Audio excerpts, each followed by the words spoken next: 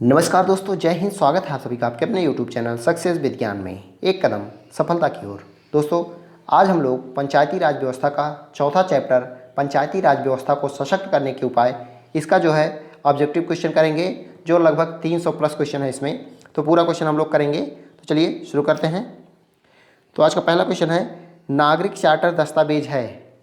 तो नागरिक चार्टर दस्तावेज जो है यह है सेवाओं का मानक, विकल्प और परामर्श, शिकायत निवारण, उपयुक्त सभी का। तो उपयुक्त सभी का डिटेल देखते हैं इसका। तो नागरिक चार्टर एक दस्तावेज है जो सेवाओं के मानक, सूचना, विकल्प, परामर्श, गैर भेदभाव, पहुंच, शिकायत निवारण, शिष्टाचार और पैसे के मूल्य के संबंध में अपने नागरिकों के प्रति संगठन की प्रतिबद्धता पर ध्यान केंद्रित करने का एक व्यवस्थित प्रयास का प्रतिनिधित्व करता है। अगला क्वेश्चन है, ग्राम पंचायतों के लिए मॉडल नागरिक चार्टर का लक्ष्य है। तो क्या है?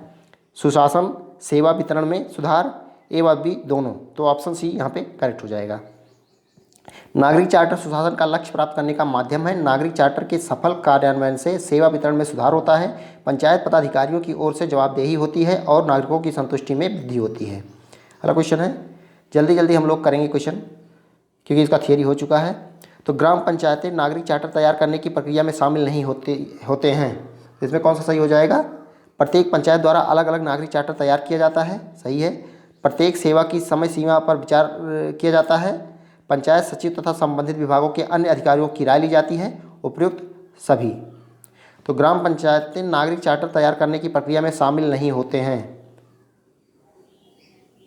ग्राम पंचायत नागरिक चार्टर तैयार करने की प्रक्रिया में प्रत्येक पंचायत द्वारा अलग अलग नागरिक चार्टर तैयार किया जाता है। चार्टर तैयार करने के लिए पंचायतें नागरिकों को प्रदान की जाने वाली विभिन्न सेवाओं, सेवा प्राप्त करने के लिए नागरिकों द्वारा पूरी की जाने वाली शर्तों और प्रत्येक सेवा की समय सीमा पर विचार विमर्श करती हैं तथा चार्टर तैयार करते समय पंचायत को पंचायत सचिव तथा संबंधित विभागों के अन्य अधिकारियों की राय लेनी चाहिए। यहाँ पे थोड़ा गलत मिसप्रिंट हो गया है, यहाँ पे होना चाहिए ग्राम पंचायत नागरिक चार्टर तैयार करने की प्रक्रिया में शामिल होते हैं। तो ये सारी चीज़ें शामिल होती हैं। प्रत्येक पंचायत द्वारा अलग अलग नागरिक चार्टर तैयार किया जाता है, प्रत्येक सेवा की समय सीमा पर विचार किया जाता है, पंचायत सचिव तथा संबंधित विभाग के अन्य अधिकारियों की राय ली जाती है। तो यहाँ पे उपयुक्त सभी हो जाएगा। यहाँ पे होगा ग्राम पंचायत नागरिक चार्टर तैयार करने की प्रक्रिया में शामिल होते हैं, तो उपयुक्त सभी हो जाएगा। हाल ही में किसने मॉडल पंचायत नागरिक घोषणा पत्र जारी किया? तो किसने जारी किया? यहाँ पे पंचायती राज मंत्री ने। ऑप्शन यहाँ पे करेक्ट है। हाल ही में केंद्रीय पंचायती राज मंत्री ने एक मॉडल पंचायत नागरिक घोषणा पत्र जारी किया है। यह घोषणा पत्र एक ओर नागरिकों को उनके अधिकारों के बारे में जागरूक करेगा, वहीं दूसरी ओर पंचायतों एवं उनके चुने हुए प्रतिनिधियों को लोगों के प्रति सीधे जवाबदेह बनाएगा। अगला क्वेश्चन देखते हैं, पंचायत नागरिक घोषणा पंचायती राज मंत्रालय द्वारा किसके सहयोग से तैयार किया गया है? तो राष्ट्रीय ग्रामीण विकास, पंचायती राज संस्थान, ए व बी दोनों। तो ए व बी दोनों हो जाएगा। पंचायत नागरिक घोषणा पत्र पंचायती राज मंत्रालय द्वारा राष्ट्रीय ग्रामीण विकास और पंचायती राज संस्थाओं के सहयोग से तैयार किया गया है। अगला है, पंचायत नागरिक घोषणा पत्र के में सतत विकास लक्ष्यों के साथ कार्यों को संरेखित करते हुए कितने क्षेत्रों में सेवाओं के वितरण हेतु विकसित किया गया है? तो कितने क्षेत्रों में? यहाँ पे 29। पंचायत नागरिक घोषणा पत्र में सतत विकास के लक्ष्यों के साथ कार्यों को संरेखित करते हुए 29 क्षेत्रों में सेवाओं के वितरण हेतु विकसित किया गया है। अगला है, मेरी पंचायत मेरा अधिकार जन सेवा मेरे द्वारा अभियान कब शुरू किया गया था? तो ये शुरू किया गया था 1 जुलाई 2021 से। मेरी पंचायत मेरा अधिकार जन सेवा मेरे द्वारा अभियान, मेरी पंचायत मेरा अधिकार जन सेवा मेरे द्वारा अभियान जो है 1 जुलाई 2021 से 30 सितंबर 2021 तक चलाया गया था। यह अभियान यह सुनिश्चित करने के लिए एक प्रभावी रणनीति के रूप में उभरा था कि ग्राम पंचायतों के पास संबंधित ग्राम द्वारा अनुमोदित चार्टर हो। अगला क्वेश्चन है, पंचायतों से संबंधित सेवा वितरण और संबंधित शिकायत निवारण तंत्र किसके द्वारा निर्धारित किया जाता है? तो ये किसके द्वारा निर्धारित किया जाता है? राज्य सरकार द्वारा। पंचायतें राज्य सरकार का विषय होने के कारण सेवा वितरण और संबंधित शिकायत निवारण तंत्र संबंधित प्रक्रिया राज्य सरकार द्वारा निर्धारित की जाती है। अगला क्वेश्चन है, उत्तर प्रदेश नगर पंचायत अधिनियम कब पारित किया गया था? तो ये कब पारित हुआ? ये 1959 में। सी वाला ऑप्शन करेक्ट है। उत्तर प्रदेश नगर पंचायत अधिनियम 1959 में पारित किया गया था। अगला क्वेश्चन है, पंचायती राज मंत्रालय कब बनाया गया था? ये इंपॉर्टेंट है। तो पंचायती राज मंत्रालय जो है 2004 में बनाया गया था। पंचायती राज मंत्रालय पंचायती राज संस्थाओं से संबंधित सभी मामलों को देखता है। इसे मई 2004 में बनाया गया था, मई 2004 में बनाया गया था। पंचायती राज मंत्रालय का नेतृत्व कैबिनेट स्तर के मंत्री करते हैं। वर्तमान में इसके मंत्री गिरिराज सिंह हैं। अगला क्वेश्चन देखते हैं, ग्राम पंचायत नागरिक चार्टर में कौन सी जानकारी शामिल नहीं होती है? तो दृष्टिकोण और उद्देश्य स्पष्ट करना, सेवा मानक सेवाएं प्राप्त करने की प्रक्रिया, अनुरोध प्राप्त होने पर नामित अधिकारी द्वारा वितरण उपलब्ध कराना, उपयुक्त में से कोई नहीं। तो उपयुक्त में से कोई नहीं। ग्राम पंचायत नागरिक चार्टर के निम्न घटक हैं। पंचायत का दृष्टिकोण और उद्देश्य का स्पष्ट उल्लेख के साथ साथ विशिष्ट उद्देश्य शामिल होते हैं। सेवाएं प्राप्त करने के लिए निर्धारित शुल्क का भुगतान करना होगा। अनुरोध प्राप्त होने पर नामित अधिकारी द्वारा विवरण उपलब्ध कराया जाएगा। अगला क्वेश्चन है, सेवा मानकों के तहत जानकारी प्राप्त करने के लिए आवश्यकता होती है। सेवा का नाम, सेवा का विवरण, सेवा प्रदान करने की समय सीमा, उपयुक्त सभी। तो यहाँ पे ऑप्शन हो जाएगा ऑप्शन डी, उपयुक्त सभी। पंचायत में शिकायत निवारण को सही तरह से कैसे लागू किया जा सकता है? तो सही तरीके से कैसे लागू किया जा सकता है? शिकायतों को सुनना, कारगर ढंग से समाधान, सरपंच और पंचायत सचिव नागरिकों के लिए सुलभ होना चाहिए, उपयुक्त सभी। मॉडल चार्टर पंचायतों के लिए होते हैं। तो मॉडल चार्टर पंचायतों के लिए क्या होते हैं? ये होते हैं मार्गदर्शक। ऑप्शन सी करेक्ट है। मॉडल चार्टर पंचायतों के लिए मार्गदर्शन मात्र हैं तथा पंचायतें इसे अपने स्थानीय जरूरतों के अनुसार ढाल सकती हैं। ग्राम पंचायत द्वारा तैयार मसौदा चार्टर को लोगों के बीच व्यापक रूप से प्रसारित किया जाना और ग्राम सभा में अनुमोदन किया जाना चाहिए। अगला क्वेश्चन है, ग्राम पंचायतों के लिए मॉडल नागरिक चार्टर में जन्म, मृत्यु, विवाह, संपत्ति का स्वामित्व के सेवा वितरण के लिए कितनी समय सीमा निर्धारित की गई है? कितनी समय सीमा निर्धारित है? यहाँ पे 3 दिन। तो ऑप्शन बी करेक्ट हो जाएगा। डिटेल इसमें देख लेते हैं। ग्राम पंचायतों के लिए मॉडल नागरिक चार्टर में जन्म, मृत्यु, विवाह, संपत्ति के स्वामित्व का प्रमाण पत्र जारी करने के लिए संभावित समय सीमा जो है ये 3 दिन है। इन सारी चीज़ों के लिए जन्म, मृत्यु, विवाह, संपत्ति में के स्वामित्व का प्रमाण पत्र जारी करने के लिए जो समय सीमा है वो 3 दिन है। इस सेवा को प्राप्त करने के लिए ग्राम सचिव या सरपंच, पंचायत अध्यक्ष, प्रधान द्वारा मनोनीत व्यक्ति से संपर्क किया जा सकता है। अगला क्वेश्चन है, ग्राम पंचायतों के लिए मॉडल नागरिक चार्टर में व्यापार लाइसेंस जारी करने के लिए कितनी समय सीमा संभावित है? तो ये है 3 दिन। ये भी जो है 3 दिन है। ऑप्शन सी करेक्ट हो जाएगा। ग्राम पंचायतों के लिए मॉडल नागरिक चार्टर में व्यापार लाइसेंस जारी करने के लिए संभावित समय सीमा जो है 3 दिन निर्धारित है। इसमें जमा किए जाने वाले अपेक्षित दस्तावेज समक्ष प्राधिकारी द्वारा निर्धारित किया जाता है। अगला क्वेश्चन है, नागरिक चार्टर में ग्राम पंचायत के लिए आवासीय तथा वाणिज्यिक निर्माण के लिए निविदा कितने दिनों में जारी की समय सीमा है? तो ये है 15 दिन। मॉडल नागरिक चार्टर में ग्राम पंचायत के लिए आवासीय तथा वाणिज्यिक निर्माण के लिए अनुमति जारी करने की संभावित समय सीमा जो है 15 दिन रखी गई है, जो ग्राम पंचायत के सक्षम अधिकारी द्वारा निर्धारित किया जाता है। अगला क्वेश्चन है, ग्राम पंचायतों द्वारा आवासीय तथा वाणिज्यिक निर्माण के लिए अनुमति जारी करने के लिए क्या आवश्यकता होती है? तो किसकी आवश्यकता होती है? स्वामित्व दस्तावेज, साइट योजना, लेआउट योजना, उपयुक्त सभी। तो इसमें कौन सा करेक्ट हो जाएगा? ऑप्शन डी, उपयुक्त सभी। ग्राम पंचायतों द्वारा आवासीय तथा वाणिज्यिक निर्माण की अनुमति देने के लिए स्वामित्व दस्तावेज, साइट योजना, लेआउट योजना तथा आवश्यक हो तो संबंधित विभाग से अनापत्ति प्रमाण पत्र की जरूरत होती है तथा यह निविदाएं सक्षम प्राधिकारी द्वारा जारी की जाती हैं। अगला क्वेश्चन देखते हैं, गांव में लघु उद्योग लगाने के लिए अनापत्ति प्रमाण पत्र ग्राम पंचायत द्वारा कितने समय में दिया जाना होता है? तो ये 15 दिन में। ऑप्शन बी करेक्ट है, 15 दिन में दिया जाता है। अगला क्वेश्चन है, किसी सदस्य द्वारा ग्राम सभा बुलाए जाने के अनुरोध पर कितने समय के अंदर ग्राम सभा बुलाई जाती है? तो ये 7 दिन के अंदर।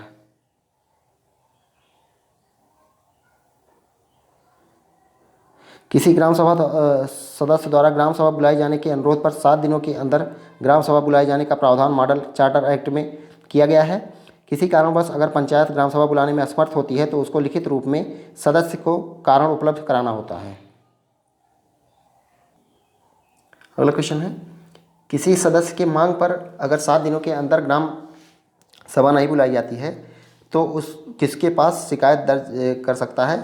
तो ये किसके पास शिकायत दर्ज करेगा? जिला परिषद, पंचायत सचिव, तो ग्राम पंचायत अधिकारी। तो किसके पास? यहाँ पे ऑप्शन डी हो जाएगा, उपयुक्त में से कोई नहीं। सॉरी, यहाँ पे ऑप्शन ए करेक्ट हो जाएगा, जिला परिषद के पास जाएगा। किसी सदस्य के मांग पर अगर 7 दिनों के अंदर ग्राम सभा नहीं बुलाई जाती है तो इसकी शिकायत क्षेत्र पंचायत या जिला परिषद या पंचायत अध्यक्ष के पास कर सकता है।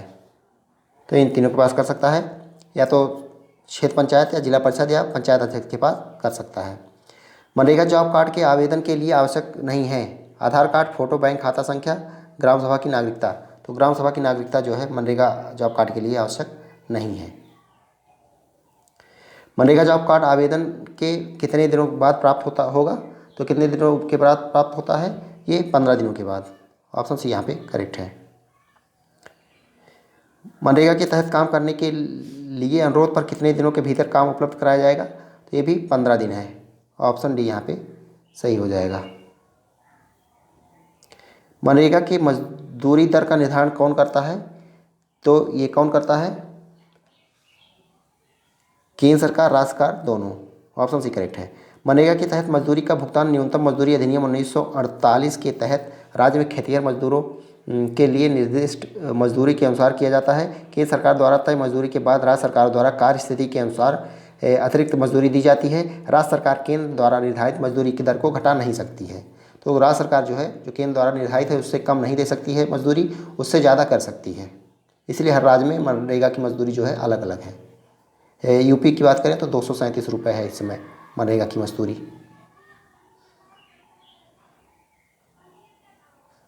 अगला क्वेश्चन देखते हैं। मनरेगा के अंतर्गत लाभार्थियों के लिए कार्यस्थल पर सुविधाओं का प्रावधान कितने समय में करना होता है? तो ये 3 दिन के अंदर। मनरेगा के सभी कर्मचारियों के लिए कार्यस्थल पर बुनियादी सुविधाओं जैसे पानी, पीने का पानी और प्राथमिक चिकित्सा का प्रावधान 3 दिनों के अंदर किया जाना अनिवार्य है। ग्राम पंचायतों में मनरेगा की कौन कौन सी भूमिका महत्वपूर्ण रही है? तो गरीबी उन्मूलन, ग्रामीण श्रम बाजार में मजदूरी में वृद्धि, रोजगार सृजन। तो यहाँ पे ऑप्शन डी हो जाएगा उपयुक्त सभी। पशु चिकित्सा देखभाल सेवाओं की व्यवस्था करने का अनुरोध किसके द्वारा किया जाता है? तो ये पंचायत सचिव, पंचायत अध्यक्ष, प्रधान, इन सभी। पशु चिकित्सा देखभाल सेवाओं की व्यवस्था करने का अनुरोध ऐप आधारित आवेदन प्रमाण तथा आईडी के साथ पंचायत सचिव, पंचायत अध्यक्ष, प्रधान या पंचायत द्वारा मनोनीत अन्य व्यक्ति से किया जा सकता है। पंचायत द्वारा 7 दिन के भीतर इस पर कार्रवाई की जाएगी। तो 7 दिन के भीतर उस पर कार्रवाई की जाएगी। मॉडल नागरिक चार्टर में ग्राम पंचायतों के लिए संकल्प पूर्व शिक्षा की मान्यता तथा प्रधानमंत्री कौशल विकास योजना के तहत कौशल प्रशिक्षण के लिए आवेदन किसके पास किया जा सकता है? तो किसके पास किया जाएगा? तो ये ग्राम प्रधान के पास। ऑप्शन यहाँ पे करेक्ट है। सार्वजनिक स्थलों पर जैसे सड़क, नालियों, बाजारों की समस्याओं की शिकायत किससे की जा सकती है? तो किससे की जाएगी? तो ये बीडीसी, जिला परिषद, पंचायत अध्यक्ष, उपयुक्त सभी से। अगर देखते हैं, सरकारी स्कूलों, आंगनबाड़ी केंद्रों आदि को स्वच्छ रखने की जिम्मेदारी किसकी होती है? तो पंचायत सचिव, प्रधान, कर्मचारियों, उपयुक्त सभी की। साफ सफाई की जिम्मेदारी जो है सबकी है। ग्राम सभा को किसी भी संपत्ति के कर का निर्धारण कितने दिनों में करना होता है? तो ये 15 दिनों में। ऑप्शन ए करेक्ट हो जाएगा। ग्राम पंचायत या ग्राम सभा को किसी भी संपत्ति के कर का निर्धारण 15 दिनों में करना होता है, जिसमें पंजीकृत बिक्री, बिल्डिंग परमिट, संपत्ति रजिस्ट्री कर शामिल होता है। संपत्ति स्वामित्व का अंतरण या दाखिल खारिज के लिए आवश्यक दस्तावेज होता है उत्तराधिकार प्रमाण पत्र, पंजीकृत बिक्री, विभाजन अभिलेख। तो ये हो जाएगा उपयुक्त सभी। Option D. पंचायत का निर्धारण के खिलाफ अपील याचिका पर कार्रवाई कितने दिनों में शुरू की जाएगी? तो ये 30 दिनों में। पंचायत द्वारा कर निर्धारण के खिलाफ अपील याचिका पर कार्रवाई 30 दिनों के अंदर सक्षम अधिक प्राधिकारी द्वारा की जाएगी। अगला क्वेश्चन है, पंचायत द्वारा मकान नंबर का आवंटन कितने दिनों में किया जाता है? 7 दिनों में किया जाता है। Option A. लक्षित सार्वजनिक वितरण के तहत पंचायत में अनाज आवंटन के लाभार्थी सूची में सम्मिलित करने के लिए कौन सा दस्तावेज आवश्यक होता है? यहाँ पे आय प्रमाण पत्र, आयु प्रमाण पत्र, आधार कार्ड, सभी। तो ऑप्शन डी यहाँ पे करेक्ट हो जाएगा। लक्षित सार्वजनिक वितरण के तहत पंचायत में अनाज आवंटन के लिए लाभार्थी सूची में सम्मिलित करने के लिए आवश्यक दस्तावेज आय प्रमाण पत्र, आयु प्रमाण पत्र, आधार कार्ड है, जिसको सक्षम अधिकारी के पास प्रस्तुत करना होता है। इनको सही पाए जाने पर पात्र व्यक्ति का नाम सूची में 15 से 30 दिनों में जोड़ दिया जाता है। चलो देखते हैं, पंचायत में कौशल प्रशिक्षण कार्यक्रमों में नामांकन के लिए किससे अनुरोध किया जा सकता है? तो किससे अनुरोध किया जाएगा? पंचायत सचिव, पंचायत अध्यक्ष, प्रधान, उपयुक्त सभी से। वरिष्ठ नागरिक पेंशन हेतु आवेदन पत्र अग्रेसित करने के लिए आवश्यक दस्तावेज है। तो आय प्रमाण पत्र, आयु प्रमाण पत्र, उपयुक्त दोनों, ए व बी दोनों। नए राशन कार्ड तैयार करने में कितना समय लगता है? तो ये 15 से 30 दिन लगता है। ऑप्शन सी यहाँ पे करेक्ट है। नए राशन कार्ड तैयार करने के लिए समय सीमा 15 से 30 दिन है, जो निवास प्रमाण पत्र, आय प्रमाण पत्र तथा आधार कार्ड के आधार पर तैयार किया जाता है। अगला क्वेश्चन है, पंचायत स्तर पर राशन कार्ड में नाम जोड़ना या निरस्त करने का प्राधिकारी कौन होता है? तो ये होता है प्रधान, पंचायत सचिव या पंचायत अध्यक्ष, उपयुक्त सभी। ऑप्शन डी यहाँ पे करेक्ट है। पंचायत स्तर पर राशन कार्ड में नाम जोड़ने या हटाने के लिए प्राधिकारी पंचायत सचिव, सरपंच, पंचायत अध्यक्ष, प्रधान या पंचायत द्वारा मनोनीत व्यक्ति होता है। नागरिक घोषणा पत्र का उद्देश्य है समय सीमा में सेवाएं प्रदान करना, शिकायतों का निपटान, ए व बी दोनों। तो ए व बी दोनों। नागरिक घोषणा पत्र का उद्देश्य लोगों को एक समय सीमा में सेवाएं प्रदान करना, उनकी शिकायतों का निपटान और उनके जीवन में सुधार करना है। इस घोषणा पत्र के से एक ओर जहां नागरिकों को अपने अधिकारों की जानकारी होगी, तो दूसरी ओर पंचायतों और उनके चुने हुए प्रतिनिधियों को लोगों के प्रति सीधे जवाबदेह बनाने में मदद करेगा। अगला है, किसी प्राथमिक स्कूल में शौचालय के निर्माण में पंचायत का अंश कितना प्रतिशत होता है? तो पंचायत का अंश जो होगा वो 10% होगा। सामुदायिक शौचालय कॉम्प्लेक्स के निर्माण में पंचायत का योगदान कितने प्रतिशत होता है? तो यहाँ भी जो है यहाँ पे 20% होता है।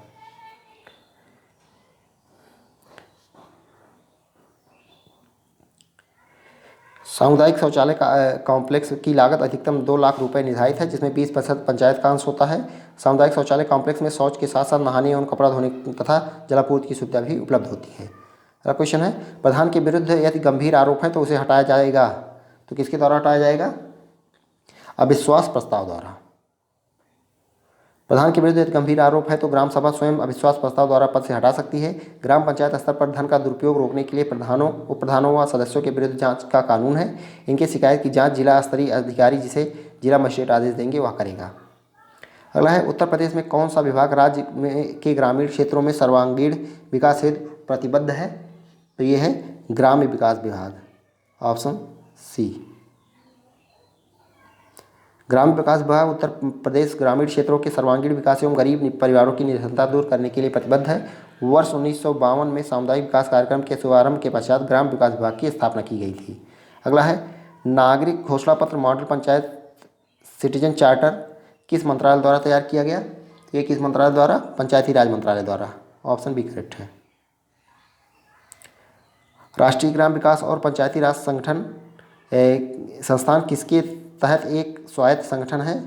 राष्ट्रीय ग्रामीण विकास और पंचायती राज संस्थान किसके तहत एक स्वायत्त संगठन है? तो यहाँ पे केंद्रीय ग्रामीण विकास मंत्रालय के तहत। ऑप्शन ए करेक्ट है। राष्ट्रीय ग्रामीण विकास और पंचायती राज संस्थान NIR DPR केंद्रीय ग्रामीण विकास मंत्रालय के तहत एक स्वायत्त संगठन है। इस सतत विकास लक्ष्यों के साथ कार्यों को संरेखित करते हुए 29 क्षेत्रों में सेवाओं के वितरण हेतु विकसित किया गया है। ई ग्राम स्वराज पोर्टल की शुरुआत कब हुई? इंपॉर्टेंट है। ई ग्राम स्वराज पोर्टल की शुरुआत जो है कब की गई थी? तो ये 2020 में। ई ग्राम स्वराज पोर्टल केंद्र सरकार द्वारा 24 अप्रैल 2020 को लॉन्च किया गया था। तो कब? 24 अप्रैल 2020 को जो है ई ग्राम स्वराज पोर्टल जो है केंद्र सरकार द्वारा लॉन्च किया गया था। इस ऐप के माध्यम से पंचायती राज संस्थानों को मजबूती प्राप्त होगी। अगला क्वेश्चन है, राष्ट्रीय ग्रामीण विकास और पंचायती राज संस्थान का मुख्यालय कहाँ स्थित है? तो ये हैदराबाद में स्थित है। यहाँ पर राष्ट्रीय ग्रामीण विकास और पंचायती राज संस्थान की बात हो रही है।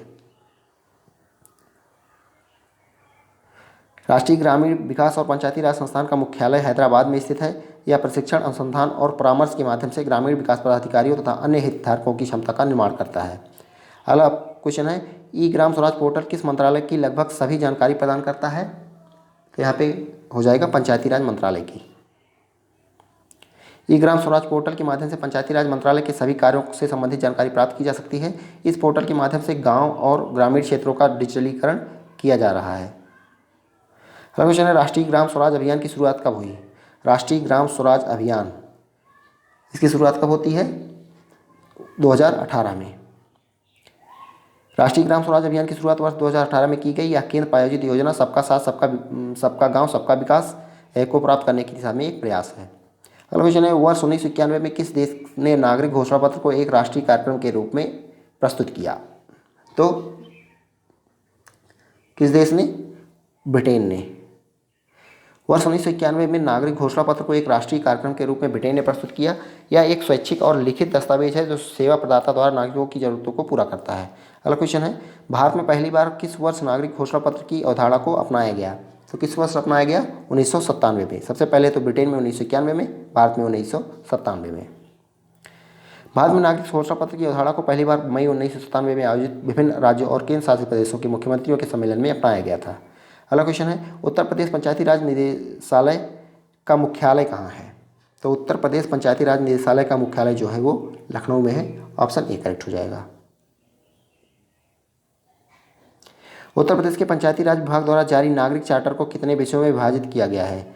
तो ये एक इंपॉर्टेंट है, तो ये 7 विषयों में। मेनली हम लोग यहाँ पे जो है नागरिक चार्टर के बारे में पढ़ रहे हैं, ज़्यादा क्वेश्चन उसी के बारे में है। तो नागरिक चार्टर को जन सामान्य की सुविधा एवं जानकारी के दृष्टिकोण से 7 विषयों में बांटा गया है। पहला है ग्राम पंचायतों को वित्तीय सहायता, 7 देखेंगे। दूसरा ग्रामीण स्वच्छता कार्यक्रम। तीसरा पंचायतों का दायित्व, कार्य में पारदर्शिता, ग्रामीण प्रशासन एवं विकास। चौथा है पंचायतों के प्रति जनता का दायित्व। 5वां है विकेंद्रीकृत कार्यक्रम। 6ठा है ग्राम पंचायतों पर नियंत्रण। 7वां पंचायत हेल्पलाइन की व्यवस्था। अगला क्वेश्चन देखते हैं, पंचायती राज विभाग उत्तर प्रदेश द्वारा जारी नागरिक चार्टर के 7 विषयों में शामिल नहीं है। तो बताना है इसमें 7 विषयों में कौन सा शामिल नहीं है। तो ग्राम पंचायतों को वित्तीय सहायता शामिल है, ग्रामीण स्वच्छता कार्यक्रम शामिल है, पंचायत हेल्पलाइन की व्यवस्था शामिल है, पंचायतों में रोजगार का सृजन, तो ये शामिल नहीं है। तो ऑप्शन डी यहाँ पे करेक्ट हो जाएगा। पंचायती राज विभाग उत्तर प्रदेश द्वारा जारी नागरिक चार्टर के 7 विषयों में पंचायतों में रोजगार का सृजन शामिल नहीं है। अगला है, 12वें वित्त आयोग की संस्तुतियों के आधार पर ग्राम पंचायत, क्षेत्र पंचायत तथा जिला पंचायत में किस अनुपात पर धनराशि का आवंटन किया जा रहा है? 12वें वित्त आयोग की बात हो रही है। तो 12वें वित्त आयोग में था 70:10:20, यानी 70 जो था ये पंचायत का था, 10 जो है क्षेत्र पंचायत का और 20 जो है जिला पंचायत का। और 15 की बात कर लें, 15 से जो है 70:15:15, यानी 17 जो है पंचायत का हो गया, 15 जो हो गए क्षेत्र पंचायत और जिला पंचायत का हो गया। ग्रामीण स्वच्छता कार्यक्रम के तहत संपूर्ण स्वच्छता अभियान किस वर्ष उत्तर प्रदेश में प्रारंभ किया गया? संपूर्ण स्वच्छता अभियान जो है कब प्रारंभ किया गया? 2001 में। केंद्र वित्त पोषित ग्रामीण स्वच्छता कार्यक्रम के तहत संपूर्ण स्वच्छता अभियान वर्ष 2001 में उत्तर प्रदेश में प्रारंभ किया गया। प्रारंभ में इसे 12 जनपदों में शुरू किया गया, जिसे बाद में चरणबद्ध रूप से प्रदेश के समस्त जिलों में संचालित किया गया। अगला क्वेश्चन है, केंद्र वित्त पोषित ग्रामीण स्वच्छता कार्यक्रम के तहत संपूर्ण स्वच्छता अभियान उत्तर प्रदेश के कितने जनपदों में वर्ष 2001 में प्रारंभ किया गया था? तो अभी आपने देखा 12 जनपदों में। ऑप्शन सी करेक्ट हो जाएगा। अगला क्वेश्चन है, पंचायतों के कार्यों में पारदर्शिता लाने हेतु न्यूनतम कितने महीनों में एक बार ग्राम पंचायत एवं भूमि प्रबंधक समिति के अभिलेखों का निरीक्षण किया जाना चाहिए? तो ये इंपॉर्टेंट क्वेश्चन है, तो यहाँ पे हो जाएगा 3 माह में। पंचायतों के कार्यों में पारदर्शिता लाने हेतु न्यूनतम 3 माह में एक बार ग्राम पंचायत एवं भूमि प्रबंधक समिति के अभिलेखों का औपचारिक रूप से ग्राम प्रधान निरीक्षण करें। कौन निरीक्षण करेगा? ग्राम प्रधान निरीक्षण करें, ताकि ग्राम प्रधान जनमानस को ग्राम समाज की संपत्ति की जानकारी दे सके। अगला क्वेश्चन है, ग्राम पंचायत सहायक की नियुक्ति किया जाता है, तो किसके द्वारा किया जाएगा? यहाँ पे स्थानीय सरकार द्वारा। ग्राम पंचायत सहायक की नियुक्ति स्थानीय सरकार द्वारा की जाती है या ग्राम पंचायत के कार्यों के क्रियान्वयन में सहायक के रूप में भूमिका अदा करता है। अगला क्वेश्चन है, ग्राम पंचायत के कार्यों के विवरण को सुरक्षित रखने की जिम्मेदारी किसकी होती है? तो ग्राम पंचायत के कार्यों के विवरण को सुरक्षित रखने की जिम्मेदारी जो होती है ग्राम पंचायत सहायक की होती है। ऑप्शन बी यहाँ पे करेक्ट हो जाएगा। इसके साथ साथ ही इसका कार्य जो है ग्राम प्रधान द्वारा प्रस्तावित कार्यों के विवरण को ब्लॉक तक पहुँचाने का कार्य ग्राम पंचायत सहायक का होता है। पंचायत भवन में कंप्यूटर ऑपरेटर का कार्य किसके द्वारा किया जाता है? तो ये भी जो है ग्राम पंचायत सहायक के द्वारा किया जाता है। मनरेगा के तहत किए जा रहे कार्यों का लेखा जोखा तथा मनरेगा कार्य करने वाले लोगों की मजदूरी संबंधित विवरण व्यवस्थित रूप में रखता है, तो कौन रखता है? ये भी ग्राम पंचायत सहायक रखता है। गांव में किसी व्यक्ति के साथ दुर्घटना घटित होने पर उसे मुआवजा दिलाने के लिए दस्तावेज संबंधित सहयोग कौन करता है? ये भी पंचायत सहायक करेगा। पंचायत सहायक के कार्य हैं योजनाओं का क्रियान्वयन, योजनाओं की देखरेख, ग्राम पंचायत के योजनाओं के निर्माण में मदद, उपयुक्त सभी। तो उपयुक्त सभी ये सारे पंचायत सहायक के कार्य होते हैं। पंचायत सहायक द्वारा ग्राम पंचायत संबंधी योजनाओं के निर्माण में तथ्य एवं आंकड़ों संबंधी मदद करना तथा योजनाओं का क्रियान्वयन एवं देखरेख के माध्यम से सफल बनाने में सहयोग किया जाता है। पंचायत सहायक का निम्नलिखित में से कौन सा कार्य नहीं है? पंचायत सहायक का आय प्रमाण पत्र बनवाना, जाति प्रमाण पत्र बनवाना, निवास प्रमाण पत्र बनवाना, अंक प्रमाण पत्र बनवाना, ये उसका कार्य नहीं है। मनरेगा जॉब कार्ड बनाने में सहयोग करता है, तो मनरेगा जॉब कार्ड बनाने में सहयोग कौन करेगा? पंचायत सहायक, ऑप्शन डी। पंचायत सहायक मनरेगा संबंधित कौन से कार्य करता है? कौन कौन से कार्य करता है? जॉब कार्ड बनवाना, निगरानी करना, क्रियान्वयन में सहयोग, उपयुक्त सभी। गांव के लोगों की समस्याओं को प्रधान तक तथा सचिव तक पहुंचाने का कार्य किया जाता है पंचायत सहायक के द्वारा, ऑप्शन बी है। ग्राम सभा में बिजली गिरने से हुई मौत का मुआवजा सरकार से दिलाने हेतु दस्तावेज तैयार करने में सहायता कौन करता है? ये भी जो है ग्राम पंचायत सहायक करेगा। ग्राम पंचायत सहायक के बारे में काफ़ी क्वेश्चन इसमें दिया गया है। अगला क्वेश्चन है, पंचायत भवन में कंप्यूटर ऑपरेटर के रूप में कार्य कौन करता है? तो ये भी पंचायत सहायक करता है। अगला क्वेश्चन है, संविदा पर अपनी सेवाएं देने वाले पंचायत सहायक को प्रतिमाह भुगतान कौन करता है? तो ये कौन करेगा? ग्राम पंचायत करता है। संविदा पर अपनी सेवाएं ग्राम पंचायत को उपलब्ध कराने वाले पंचायत सहायक को उसकी सेवाओं के बदले में प्रतिमाह धनराशि का भुगतान ग्राम पंचायत द्वारा वित्त आयोग की धनराशि, ग्राम निधि तथा योजना अंतर्गत उपलब्ध प्रशासनिक मद हेतु अनुमय धनराशि से किया जाता है। अगला क्वेश्चन है, पंचायत सहायक की नियुक्ति के पश्चात कितने माह के अंदर प्रशिक्षण पूरा होना चाहिए? तो यहाँ पे 2 माह के अंदर। पंचायती राज प्रशिक्षण संस्थान के माध्यम से सभी चयनित पंचायत सहायकों को आवश्यक प्रारंभिक प्रशिक्षण चयन के 2 माह के अंदर पूर्ण करना आवश्यक होता है। राज्य सरकार द्वारा आयोजित किए जाने वाले प्रशिक्षण में पंचायत सहायक को प्रशिक्षण लेना अनिवार्य होगा। अगला क्वेश्चन है, पंचायत सहायक पर प्रशासकीय नियंत्रण किसका होता है? प्रशासकीय नियंत्रण की बात हो रही है पंचायत सहायक पर, तो होता है ग्राम पंचायत का। पंचायत सहायक पर प्रशासकीय नियंत्रण पूर्णतः संबंधित ग्राम पंचायत का होता है। पंचायत सहायक के रूप में किसे नियुक्त किया जा सकता है? तो पंचायत सचिव के रूप में पंचायत सहायक के रूप में किसे नियुक्त किया जा सकता है? ग्राम प्रधान के किसी भी संबंधी को, पंचायत सचिव के संबंधी को, उप प्रधान के संबंधी को, उपयुक्त में से किसी को भी नहीं। तो इनमें से किसी को भी पंचायत सहायक के रूप में नियुक्त नहीं किया जा सकता है। ग्राम सचिवालय व पंचायत कार्यालय को नियमित रूप से खोलने एवं संचालित करने का जिम्मेदार कौन होता है? ये भी पंचायत सहायक होता है, ऑप्शन बी यहाँ पे करेक्ट हो जाएगा। ग्राम पंचायत के वार्षिक कार्य योजना की ऑनलाइन एंट्री किसके द्वारा की जाती है? तो ये पंचायत सहायक के द्वारा, ऑप्शन सी। काफ़ी क्वेश्चन दिया गया है पंचायत सहायक के लिए इसमें, तो सभी इम्पॉर्टेंट है। पंचायत सहायक को अन्य किस नाम से जाना जाता है? तो पंचायत सहायक को अन्य किस नाम से जाना जाता है? अकाउंटेंट कम डाटा एंट्री ऑपरेटर। और ग्राम सभा में योजना लाभार्थियों का विवरण संबंधी ऑनलाइन एंट्री कौन करता है? तो ये पंचायत सहायक करेगा, ऑप्शन डी। अगला है, ग्राम पंचायतों में अगर कोई व्यक्ति किसी योजना के संबंध में जानकारी चाहता है तो उसकी मदद की जाएगी, तो ये पंचायत सहायक के द्वारा, ऑप्शन बी। ग्राम पंचायत के किसी भी व्यक्ति को इंटरनेट के माध्यम से कोई कार्य संपादित करना है, उसकी मदद कौन करेगा? तो उसकी मदद जो है पंचायत सहायक करेगा। सॉलिड वेस्ट मैनेजमेंट एवं पेयजल के उपभोग शुल्क के नियमित कलेक्शन तथा रिकॉर्ड रखने से संबंधित कार्य किसके द्वारा किया जाता है? तो ये पंचायत सहायक। अगला देखते हैं, ग्राम पंचायत भवन व परिसर में साफ सफाई की जिम्मेदारी किसकी है? ये किसकी जिम्मेदारी होती है? ये सफाई कर्मी।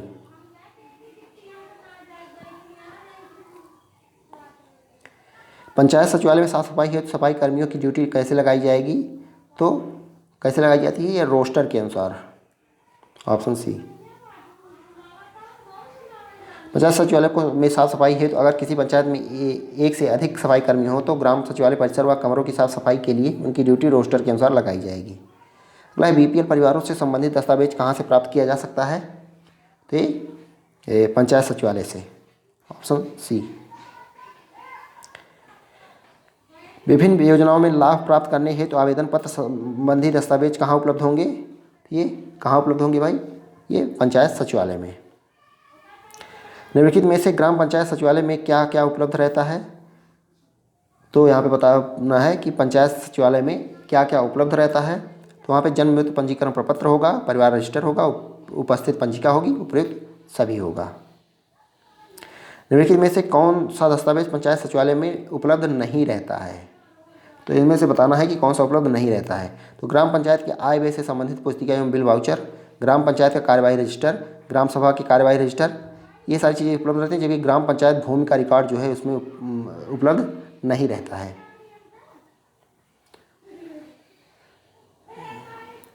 ग्राम पंचायत की ऑडिट प्रतियां कहाँ से प्राप्त की जा सकती हैं? ग्राम पंचायत की ऑडिट की प्रतियां कहाँ से प्राप्त की जा सकती हैं? ये पंचायत सचिवालय से। अगला क्वेश्चन देखते हैं। ग्राम पंचायत की नियमित बैठकें किस स्थान पर आयोजित की जाती हैं? तो ये पंचायत सचिवालय में। ऑप्शन डी यहाँ पे करेक्ट हो जाएगा। अगला क्वेश्चन देखते हैं। ग्राम पंचायत सचिवालय द्वारा ग्राम पंचायत में किए जा रहे कार्यों का विवरण किस पोर्टल पर अपलोड किया जाता है? ये इंपॉर्टेंट क्वेश्चन है। ग्राम पंचायत सचिवालय द्वारा ग्राम पंचायत में किए जा रहे कार्यों का विवरण किस पोर्टल पर अपलोड किया जाता है? ये अपलोड किया जाता है ई ग्राम स्वराज पोर्टल पर। पंचायत सहायक तथा सफाई कर्मी की उपस्थिति कैसे दर्ज की जाती है? तो कैसे दर्ज की जाएगी? पंचायत सचिवालय में।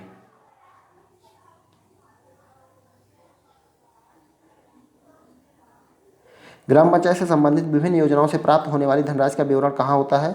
तो कहाँ पे होगा? पंचायत सचिवालय में। ग्राम सचिवालय की स्थापना व संचालन पर होने वाले व्यय को वार्षिक कार्य योजना का भाग बनाते हुए किस पोर्टल पर अपडेट किया जाता है? तो किस पोर्टल पर अपडेट किया जाता है? ई ग्राम स्वराज पोर्टल पर। ग्राम सचिवालय की स्थापना व संचालन पर होने वाले व्यय फर्नीचर, कंप्यूटर, इंटरनेट, बिजली, मानदेय आदि के भुगतान के संभावित व्यय को वार्षिक कार्य योजना का भाग बनाते हुए ई ग्राम स्वराज पोर्टल पर अपडेट किया जाएगा। अगला है, ग्राम पंचायत के सचिवालय में पंचायत सहायक की भूमिका होती है। तो पंचायत सहायक की भूमिका यहाँ बतानी है। तो रणनीतिक कार्यों में को करने में, दिन प्रतिदिन कार्यालय संचालन में, नीतियाँ बनाने में, उपयुक्त सभी। तो ऑप्शन बी करेक्ट होगा यहाँ पे। दिन प्रतिदिन कार्यालय संचालन में ग्राम सहायक की भूमिका, ग्राम पंचायत सहायक की भूमिका।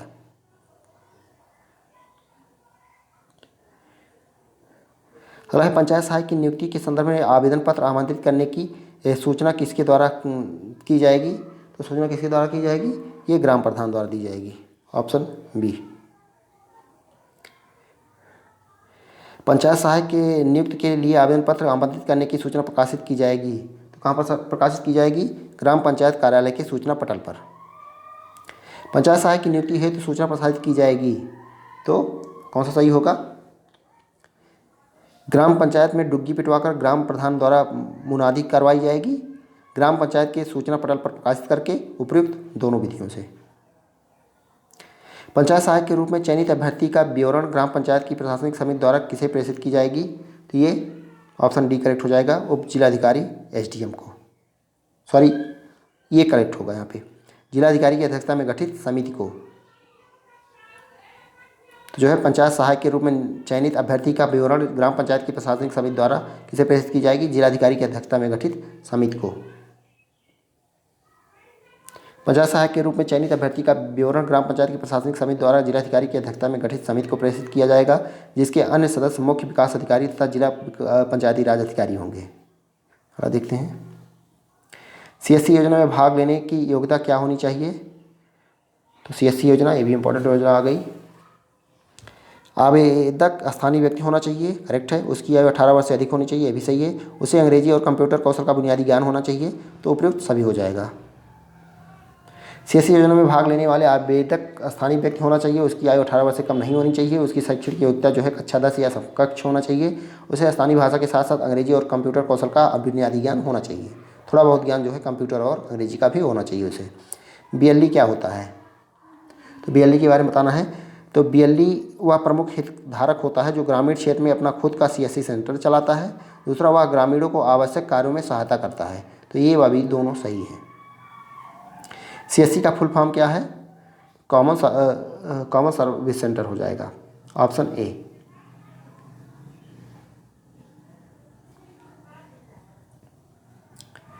राज्य सरकार द्वारा प्रति ग्राम पंचायत में सीएससी कॉमन सर्विस सेंटर खोलने के लिए कितना खर्च करना होगा? तो राज्य सरकार द्वारा प्रति ग्राम पंचायत में सीएससी सेंटर खोलने के लिए कितना खर्च करना होगा? तो यहाँ पे ऑप्शन ए करेक्ट हो जाएगा, 5 लाख रुपए। तहसील या ब्लॉक स्तर पर ग्राम पंचायत भवन में सरकार के द्वारा सीएससी सेंटर खोलने की योजना लाई गई है। इसके विकास के लिए सरकार द्वारा 5 लाख रुपए खर्च करने का प्रावधान किया गया है।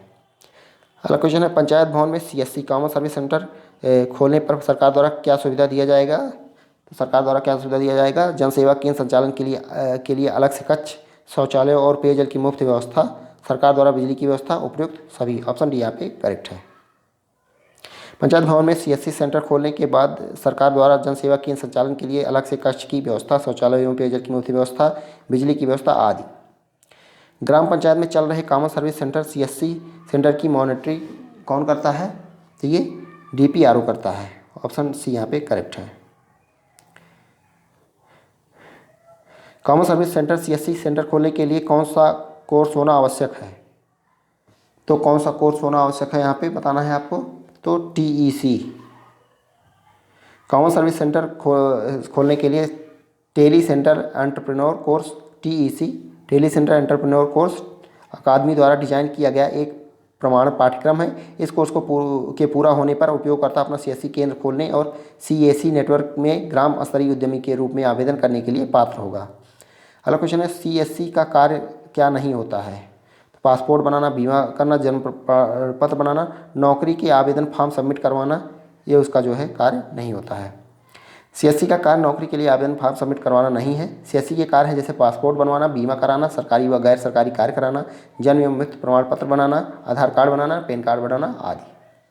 सीएससी सेंटर खोलने के लिए न्यूनतम उम्र कितनी होनी चाहिए? तो 18 वर्ष कम से कम होनी चाहिए। सीएससी पंजीकरण के कितने प्रकार हैं? सीएससी पंजीकरण के कितने प्रकार हैं ये बताना है। तो ये 3 प्रकार हैं।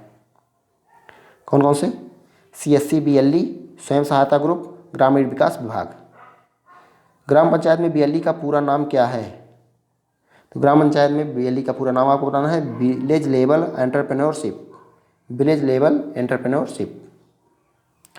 कॉमन सर्विस सेंटर योजना का उद्देश्य था। तो कॉमन सर्विस सेंटर योजना का उद्देश्य क्या था? ई सेवा प्रदान करना।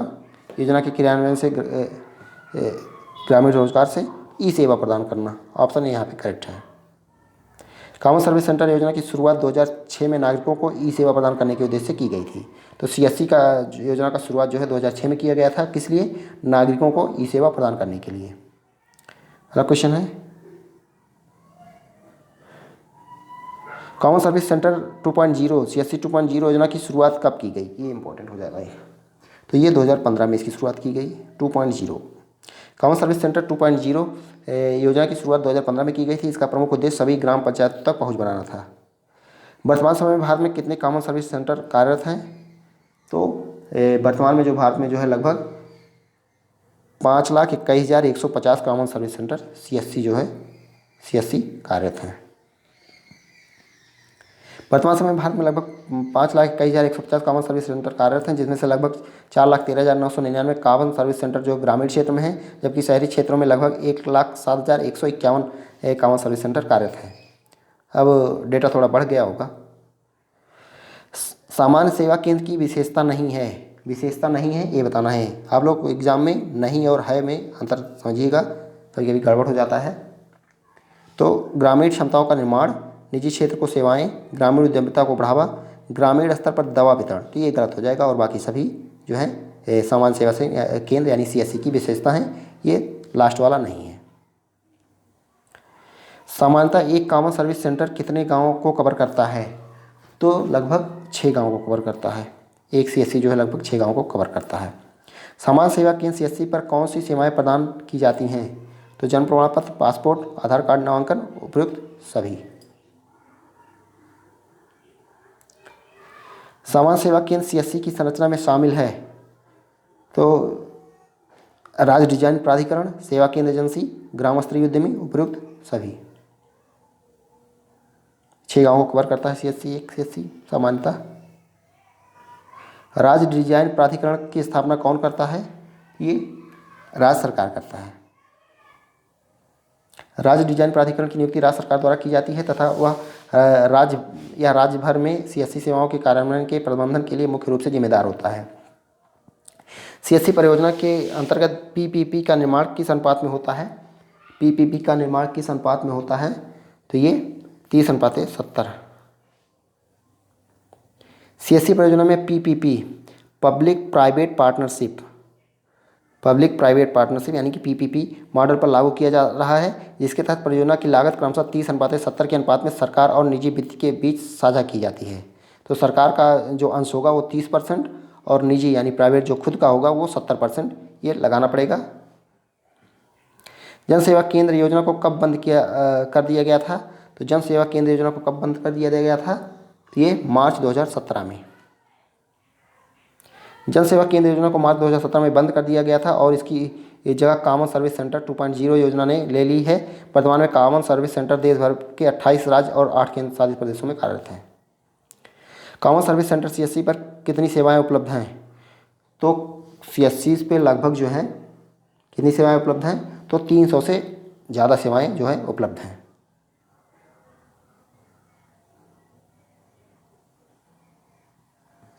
अगला देखते हैं।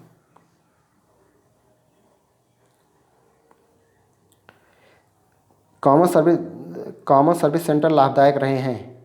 तो कॉमन सर्विस सेंटर लाभदायक रहे हैं महिला अधिकारिता को बढ़ावा देने में, समावेशी दृष्टिकोण के रूप में, रोजगार सृजन में। तो किसमें? उपयुक्त सभी में।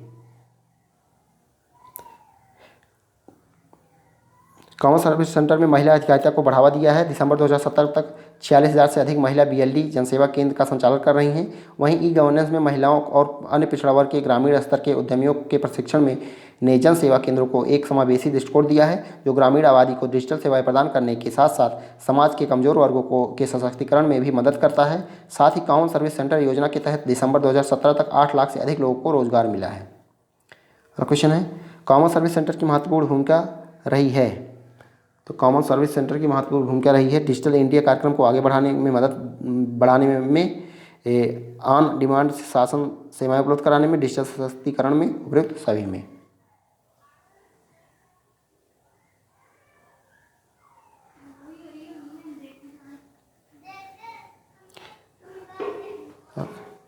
सॉरी,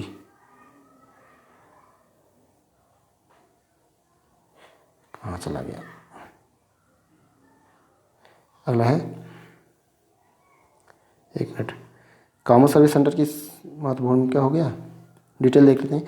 कॉमन सर्विस सेंटर की भूमिका डिजिटल इंडिया कार्यक्रम को आगे बढ़ाने में, ऑन डिमांड शासन सेवाएं उपलब्ध कराने में तथा सभी नागरिकों को डिजिटल सशक्तिकरण करने में रही है। डिजिटल इंडिया की शुरुआत 2014 में हुई, जिसका उद्देश्य भारत को एक डिजिटल शक्ति समाज और ज्ञान अर्थव्यवस्था में बदलना है। अगला क्वेश्चन है, सरकार द्वारा सभी ग्राम पंचायतों में कम से कम एक कॉमन सर्विस सेंटर स्थापित करने का लक्ष्य रखा गया था।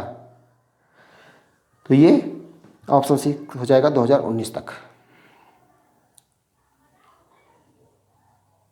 कॉमन सर्विस सेंटर योजना के तहत सरकार का लक्ष्य वर्ष 2019 तक पूरे भारत में प्रत्येक ग्राम पंचायत में कम से कम एक कॉमन सर्विस सेंटर स्थापित करना था।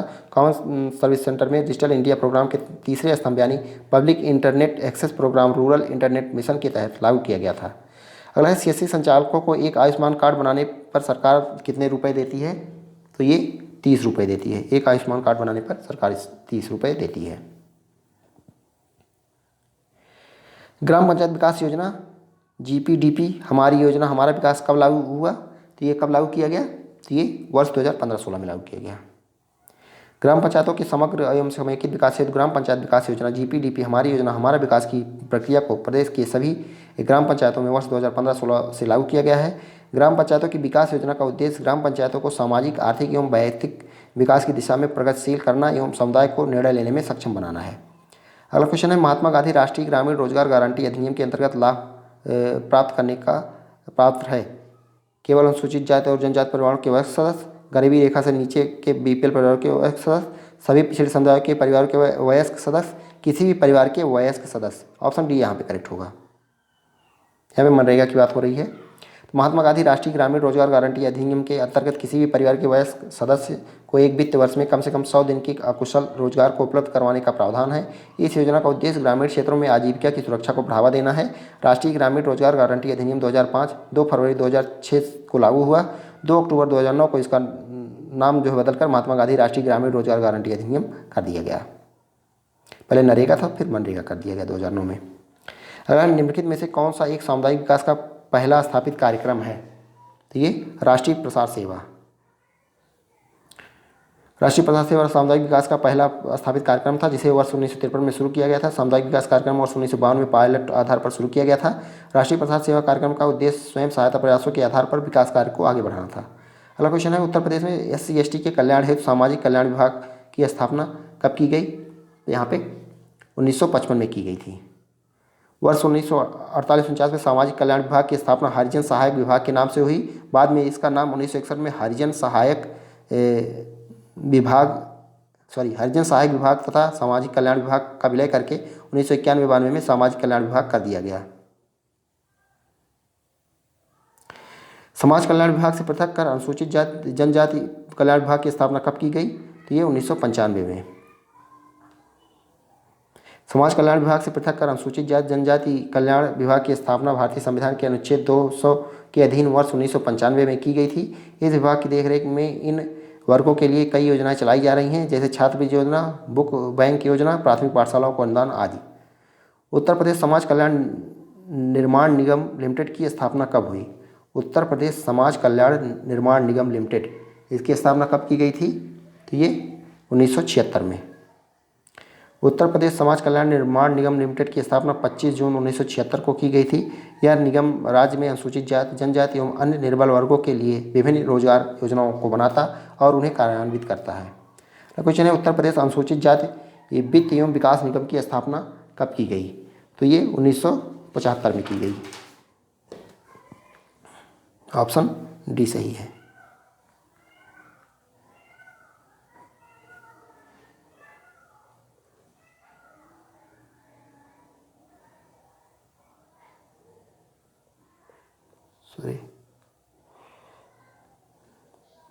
उत्तर प्रदेश अनुसूचित जाति वित्त एवं विकास निगम की स्थापना वर्ष 1975 में की गई थी। यह निगम प्रदेश में निवास करने वाले गरीब व बेरोजगार अनुसूचित जाति के लोगों के लिए कई स्वरोजगार योजनाएं संचालित कर रहा है।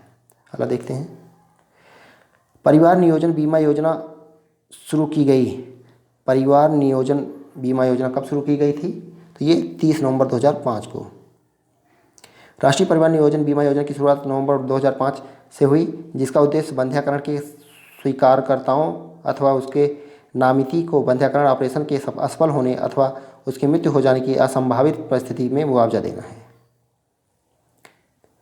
स्वाधार योजना संबंधित है, ये इंपॉर्टेंट है। स्वाधार योजना, तो स्वाधार योजना किससे संबंधित है? संघर्षशील महिलाओं की सहायता करना।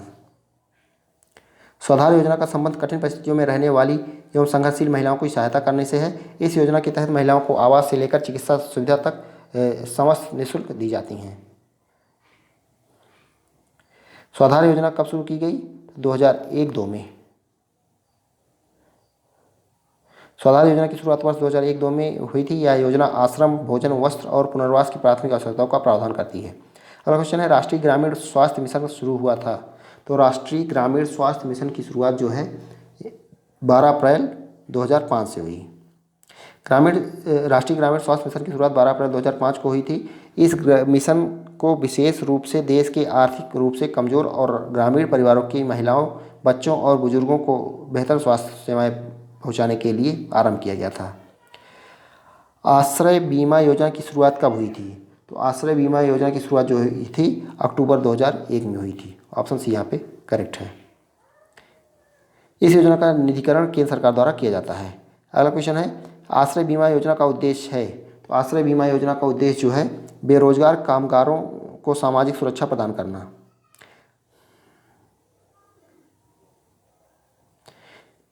कृषि श्रमिक सामाजिक सुरक्षा योजना उपलब्ध कराती है।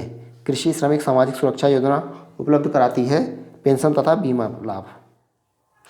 कृषि श्रमिक सामाजिक सुरक्षा योजना पेंशन तथा बीमा लाभ उपलब्ध कराती है। या कृषि श्रमिकों के लिए एक योजना है। ग्राम पंचायत कृषि श्रमिकों की पहचान करने वाली नोडल एजेंसी है। अगला क्वेश्चन है, कृषि श्रमिक सामाजिक सुरक्षा योजना कब शुरू हुई? तो ये कब शुरू हुई थी? जुलाई 2001 में। कृषि श्रमिक सामाजिक सुरक्षा योजना की शुरुआत जुलाई 2001 में हुई थी। यह योजना जीवन बीमा सुरक्षा, आवधिक एक मुश्त उत्तरजीविता लाभ और कृषि श्रमिकों को पेंशन प्रदान करता है। इस योजना को विभिन्न चरणों में पेश किया गया और 30 करोड़ से अधिक कृषि श्रमिकों को सम्मिलित किया गया। अगला क्वेश्चन है, निम्न में से कौन सही सुमेलित है? कौन सही सुमेलित है ये बताना है।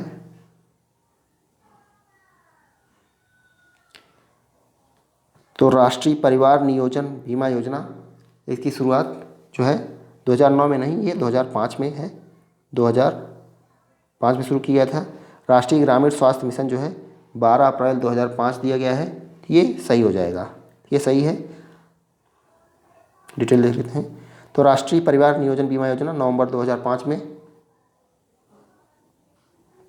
दूसरा है राष्ट्रीय ग्रामीण स्वास्थ्य मिशन जो है 12 अप्रैल 2005, ये वाला ऑप्शन सही है। आश्रय बीमा योजना अक्टूबर 2001 में शुरू किया गया था। कृषि श्रमिक सामाजिक सुरक्षा योजना जो है जुलाई 2001 में। ग्रीन कार्ड योजना का संबंध है, ग्रीन कार्ड योजना का संबंध है परिवार नियोजन से। ऑप्शन सी करेक्ट हो जाएगा। इस योजना के तहत परिवार नियोजन को बढ़ावा देने के लिए 2 संतान वाले दंपतियों को नसबंदी कराने पर ग्रीन कार्ड बनाकर देने का प्रावधान था। ग्रीन कार्ड योजना कब शुरू की गई थी? ये जुलाई 1985 में शुरू की गई थी। 1 जुलाई 1985 को शुरू की गई थी। अगला क्वेश्चन देखते हैं। समेकित बाल विकास योजना कब शुरू की गई थी? समेकित बाल विकास योजना की बात हो रही है, तो ये 1975 में शुरू की गई थी। ऑप्शन सी यहाँ पे करेक्ट है। समेकित बाल विकास योजना वर्ष 1975 में शुरू हुई। इस योजना के लाभार्थी 0 से 6 आयु वर्ग के बच्चे, गर्भवती महिलाएं और स्तनपान कराने वाली माताएं हैं। यह 6 सेवाओं का एक पैकेज प्रदान करता है, जिसमें पूरक पोषण, स्कूल पूर्व अनौपचारिक शिक्षा, पोषण और स्वास्थ्य शिक्षा, टीकाकरण, स्वास्थ्य जांच तथा रेफरल सेवाएं शामिल हैं। काम के बदले अनाज योजना कब शुरू की गई थी? काम के बदले अनाज योजना, ये भी काफ़ी इंपॉर्टेंट क्वेश्चन है। तो ये 1977-78 में शुरू की गई थी। ऑप्शन बी यहाँ पे करेक्ट है। संपूर्ण ग्रामीण रोजगार योजना की शुरुआत कब हुई? संपूर्ण ग्रामीण रोजगार योजना की शुरुआत कब हुई थी? तो ये सितंबर 2001 में हुई थी। संपूर्ण ग्रामीण रोजगार योजना की शुरुआत 2001 में हुई थी। यह एक केंद्र प्रायोजित मजदूरी युक्त रोजगार योजना है।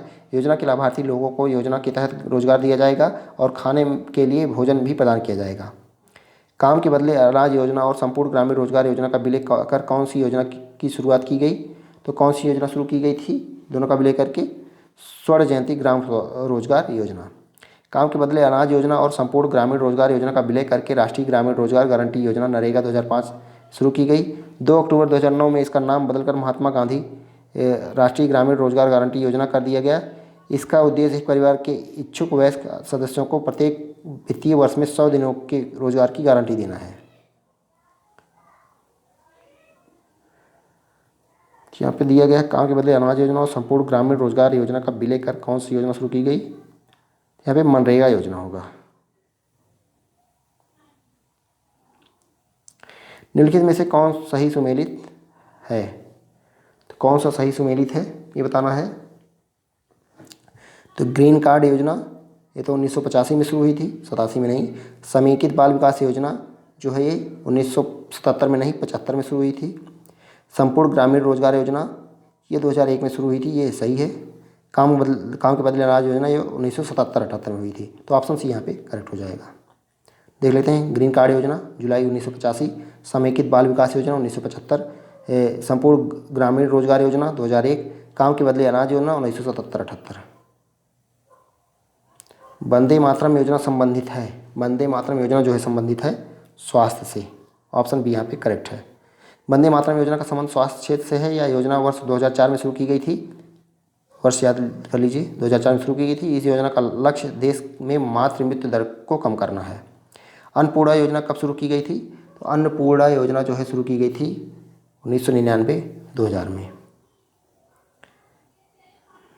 केंद्रीय क्षेत्र की योजना है जिसका उद्देश्य वरिष्ठ नागरिकों की ज़रूरतों को पूरा करना है जिन्हें पात्र होने के बावजूद राष्ट्रीय वृद्धावस्था पेंशन योजना के तहत लाभ नहीं मिला। ग्रामीण जनशक्ति कार्यक्रम की शुरुआत कब हुई? ग्रामीण जनशक्ति कार्यक्रम की शुरुआत कब हुई थी? 1960-61 में।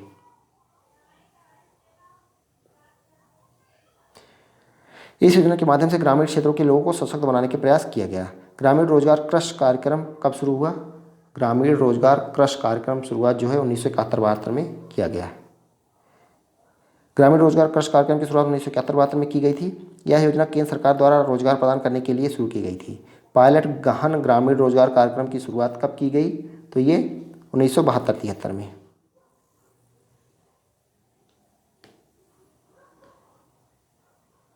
यह योजना ग्रामीण क्षेत्रों में रोजगार प्रदान करने के लिए पायलट आधार पर चलाई गई थी। सूखा आशंकित क्षेत्र कार्यक्रम शुरू हुआ, तो ये कब शुरू हुआ था? 1973-74 में। सूखा आशंकित क्षेत्र कार्यक्रम 1973 में केंद्रीय प्रायोजित कार्यक्रम के रूप में एकीकृत क्षेत्र विकास कार्यक्रम के रूप में शुरू किया गया था। इस कार्यक्रम को भूमि, जल, पशुधन और मानव संसाधनों के संरक्षण, विकास और दोहन द्वारा पारिस्थितिकी संतुलन को बहाल करने के लिए दीर्घकालिक उपाय के रूप में लिया गया था। अगला क्वेश्चन है,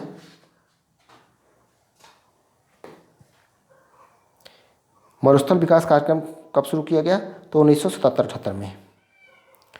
मरुस्थल विकास कार्यक्रम 1977-78 में शुरू हुआ। यह कार्यक्रम केंद्र सरकार द्वारा राष्ट्रीय कृषि आयोग की सिफारिश के तहत शुरू किया गया था। इस कार्यक्रम का उद्देश्य कृषि तथा वानिकी का विकास, लघु सिंचाई सुविधाएं, भूमिगत जल का विकास, ग्रामीण विद्युतीकरण आदि हैं। अगला क्वेश्चन है, अंत्योदय योजना की शुरुआत कब हुई? तो अंत्योदय योजना की शुरुआत 1977-78 में हुई थी। अंत्योदय योजना की शुरुआत 1977-78 में हुई थी। इस योजना का उद्देश्य सबसे गरीब परिवार की सहायता करना और उन्हें उनकी घोर गरीबी की स्थिति से बाहर निकालना है। अगला क्वेश्चन है, निम्नलिखित में से कौन सही सुमेलित है? कौन सा सही सुमेलित है, ये आपको बताना है। पहला दिया गया है ग्रामीण जनशक्ति कार्यक्रम। तो ग्रामीण जनशक्ति कार्यक्रम जो है 1970-71 नहीं, 1960-61 में चालू किया गया था। पायलट गहन ग्रामीण रोजगार कार्यक्रम जो है ये 1972-73 में था। मरुस्थल विकास कार्यक्रम जो है 1977-78 में, तो ये सही हो जाएगा। मरुस्थल विकास कार्यक्रम 1977-78। देख लेते हैं, ग्रामीण जनशक्ति कार्यक्रम 1960-61, पायलट गहन ग्रामीण रोजगार कार्यक्रम 1972-73, मरुस्थल विकास कार्यक्रम 1977-78, अंत्योदय योजना 1977-78। राष्ट्रीय ग्रामीण रोजगार कार्यक्रम की शुरुआत कब हुई? तो राष्ट्रीय ग्रामीण रोजगार कार्यक्रम की शुरुआत जो है 1980-81 में हुई थी। इस योजना का उद्देश्य बेरोजगारों और मजदूरों के लिए रोजगार जैसे कि मछली पालन, ईंधन और ऊर्जा प्लांट लगाना और चारागाहों के लिए चारा विकास प्लांट विकसित करना था। ग्रामीण भूमिहीन रोजगार गारंटी कार्यक्रम शुरू हुआ। ग्रामीण भूमिहीन रोजगार गारंटी कार्यक्रम कब शुरू किया गया था? तो ये 1983-84 में। यह केंद्र सरकार द्वारा वित्त पोषित कार्यक्रम था जो भूमिहीन लोगों को कम से कम 100 दिनों के लिए काम की गारंटी देता था। जवाहर रोजगार योजना शुरू हुआ, ये इंपॉर्टेंट है। तो जवाहर रोजगार योजना 1989-90 में शुरू किया गया था। जवाहर रोजगार योजना की शुरुआत 1 अप्रैल 1989 में हुई थी। यह योजना ग्रामीण और पिछड़े क्षेत्रों में रहने वाले लोगों को 90 से 100 दिनों के लिए रोजगार उपलब्ध कराने के उद्देश्य से शुरू की गई थी। अगला क्वेश्चन है, निम्नलिखित में से कौन सही सुमेलित है? कौन सही सुमेलित है, ये आपको बताना है। तो काम के बदले अनाज कार्यक्रम, तो काम के बदले अनाज कार्यक्रम 1967-68 में नहीं, 1977-78 में किया गया था। राष्ट्रीय ग्रामीण रोजगार कार्यक्रम जो है 1980-81 में। जवाहर रोजगार योजना 1989-90 में, यही सही हो जाएगा। जबकि ग्रामीण भूमिहीन रोजगार गारंटी कार्यक्रम जो है 1983-84 में था।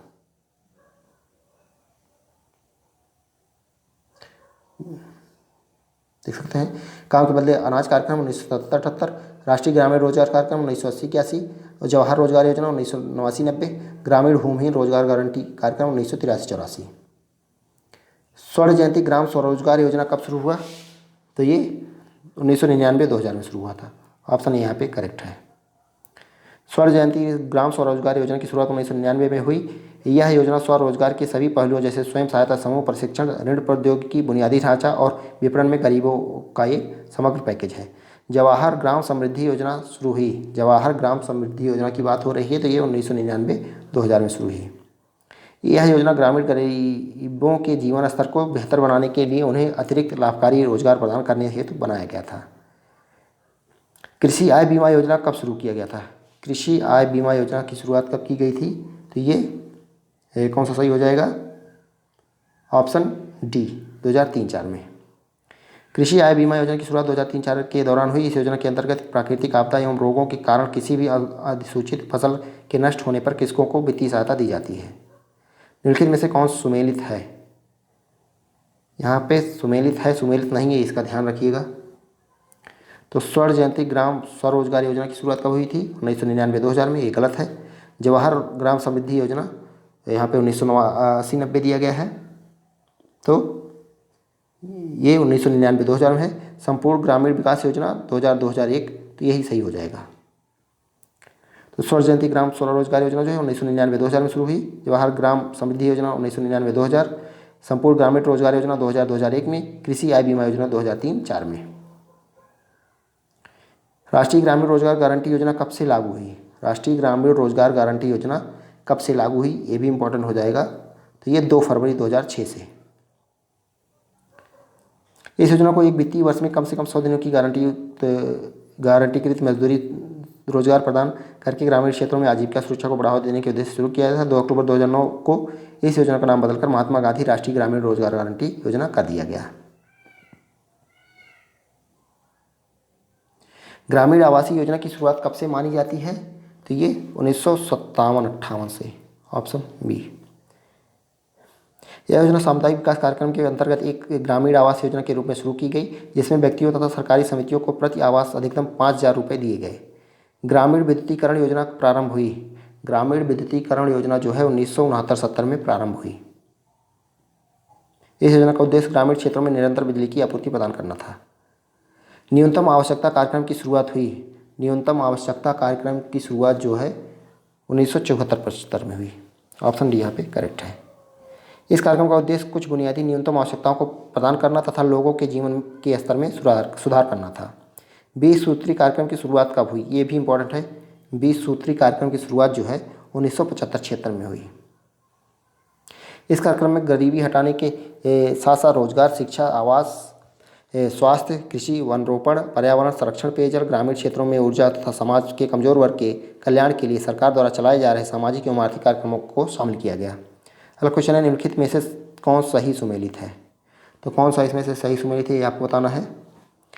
तो न्यूनतम आवश्यकता कार्यक्रम, तभी आपने देखा न्यूनतम आवश्यकता कार्यक्रम जो है 1976-77 में नहीं बल्कि 1974-75 में था। तो ये गलत हो जाएगा। ग्रामीण आवासीय योजना 1957-58 ये सही हो जाएगा। तो ऑप्शन बी यहाँ पे करेक्ट है। देख लेते हैं। न्यूनतम आवश्यकता कार्यक्रम 1974-75, ग्रामीण आवासीय योजना 1957-58, ग्रामीण विद्युतीकरण योजना 1969-70, 20 सूत्री कार्यक्रम 1975-76। राष्ट्रीय बायोगैस कार्यक्रम प्रारंभ हुआ। तो राष्ट्रीय बायोगैस कार्यक्रम जो प्रारंभ हुआ था 1982-83 में। इस योजना के अंतर्गत बायोगैस संयंत्र स्थापित किए जाते हैं, जिससे पशुपालक आसानी से गोबर व अन्य वानस्पतिक पदार्थों से बायोगैस और खाद बनाकर उसे प्रयोग कर सकता है। इंदिरा आवास योजना प्रारंभ हुआ। तो इंदिरा आवास योजना जो प्रारंभ हुआ था 1985-86 में, ये भी इंपॉर्टेंट है। इस योजना का मुख्य उद्देश्य अनुसूचित जाति जनजाति मुक्त बंधुआ मजदूरों के सदस्यों द्वारा मकानों के निर्माण में मदद करना तथा गैर अनुसूचित जाति जनजाति की गरीबी रेखा से नीचे के ग्रामीण लोगों को अनुदान मुहैया कराकर मदद करना है। ग्रामीण स्वच्छता कार्यक्रम प्रारंभ हुआ। तो ये 1986-87 में। इसका उद्देश्य बीपीएल आबादी के व्यक्तिगत उपयोग के लिए व्यक्तिगत स्वच्छता शौचालय का निर्माण करना था। कुटीर ज्योति कार्यक्रम कब शुरू हुआ? कुटीर ज्योति कार्यक्रम की शुरुआत कब हुई? तो ये 1988-89 में। कुटीर ज्योति कार्यक्रम की शुरुआत 1988-89 से हुई। इस कार्यक्रम के तहत गरीबी रेखा से नीचे रहने वाले परिवारों को अपने घरों में एकल पॉइंट वाले बिजली कनेक्शन के लिए 400 रुपये की सरकारी सहायता प्रदान की जाती थी। निम्नलिखित में से कौन सही सुमेलित है? तो फिर बताना है कौन सही सुमेलित है। पहला है राष्ट्रीय बायोगैस कार्यक्रम। तो राष्ट्रीय बायोगैस कार्यक्रम जो है 1982-83 में शुरू किया गया। इंदिरा आवास योजना 1990-91 नहीं 1985-86 में शुरू किया गया था। स्वच्छता ग्रामीण स्वच्छता कार्यक्रम 1986-87, तो यही सही हो जाएगा। ग्रामीण स्वच्छता कार्यक्रम 1986-87 और राष्ट्रीय उन्नत चूल्हा कार्यक्रम जो है 1986-87 में शुरू किया गया था। देख सकते हैं। राष्ट्रीय बायोगैस कार्यक्रम 1982-83, इंदिरा आवास योजना 1985-86, ग्रामीण स्वच्छता कार्यक्रम 1986-87, राष्ट्रीय उन्नत चूल्हा कार्यक्रम 1986-87। सांसद स्थानीय क्षेत्र विकास कार्यक्रम की शुरुआत कब हुई? ये कब हुई थी? 1993 में। इस योजना का उद्देश्य सांसदों को मुख्य रूप से अपने अपने निर्वाचन क्षेत्रों में विकास कार्यों की सिफारिश करने में सक्षम बनाना। अगला है गांधी ग्राम योजना की शुरुआत कब से हुई? गांधी ग्राम योजना की बात हो रही है।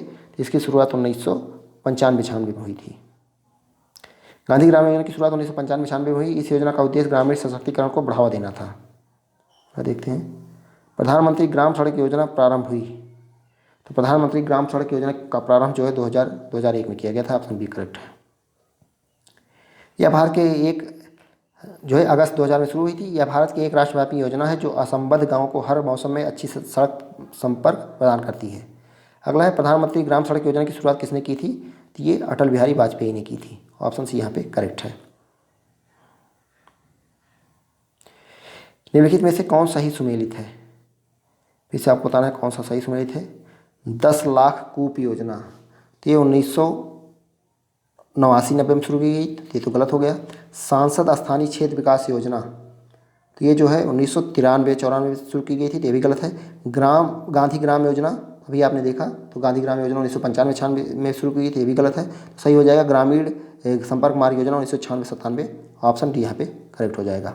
डिटेल देखते हैं। 10 लाख कूप योजना 1989-90, सांसद स्थानीय क्षेत्र विकास कार्यक्रम 1993-94, गांधी ग्राम योजना 1995-96, ग्रामीण संपर्क मार्ग योजना 1996-97। अगला है स्वजल योजना कब शुरू हुआ? तो स्वजल योजना की शुरुआत जो है 1996-97 में हुई। ये स्वजल योजना का उद्देश्य ग्रामीण नागरिकों को सुरक्षित पेयजल उपलब्ध कराना है। यह परियोजना पायलट आधार पर एकीकृत तरीके से काम करती है। अगला है जल जीवन के तहत किस वर्ष तक सभी घरों में नल कनेक्शन के माध्यम से सुरक्षित पेयजल उपलब्ध कराने का लक्ष्य रखा गया था?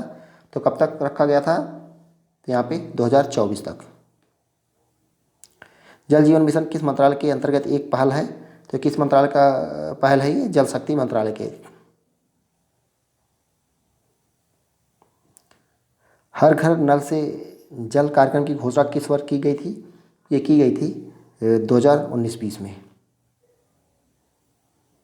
यह जल जीवन मिशन का महत्वपूर्ण हिस्सा है। जल जीवन मिशन जल के प्रति सामुदायिक दृष्टिकोण पर आधारित है। अगला क्वेश्चन है संयुक्त राष्ट्र के सतत विकास लक्ष्यों के अनुरूप किस वर्ष तक हर घर जल उपलब्ध कराने का भारत का दीर्घकालिक लक्ष्य है? तो ये है 2030 तक।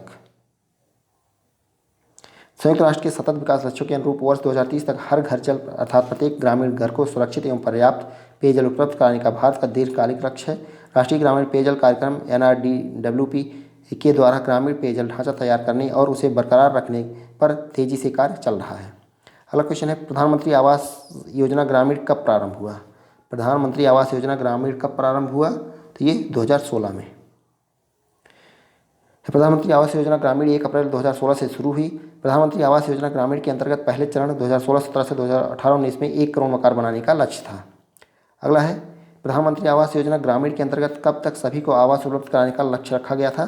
तो ये कब तक रखा गया था? 2022 तक। वर्तमान में लक्ष्य बढ़ाकर 2024 कर दिया गया। भारत का पहला हर घर जल प्रमाणित जिला कौन सा है?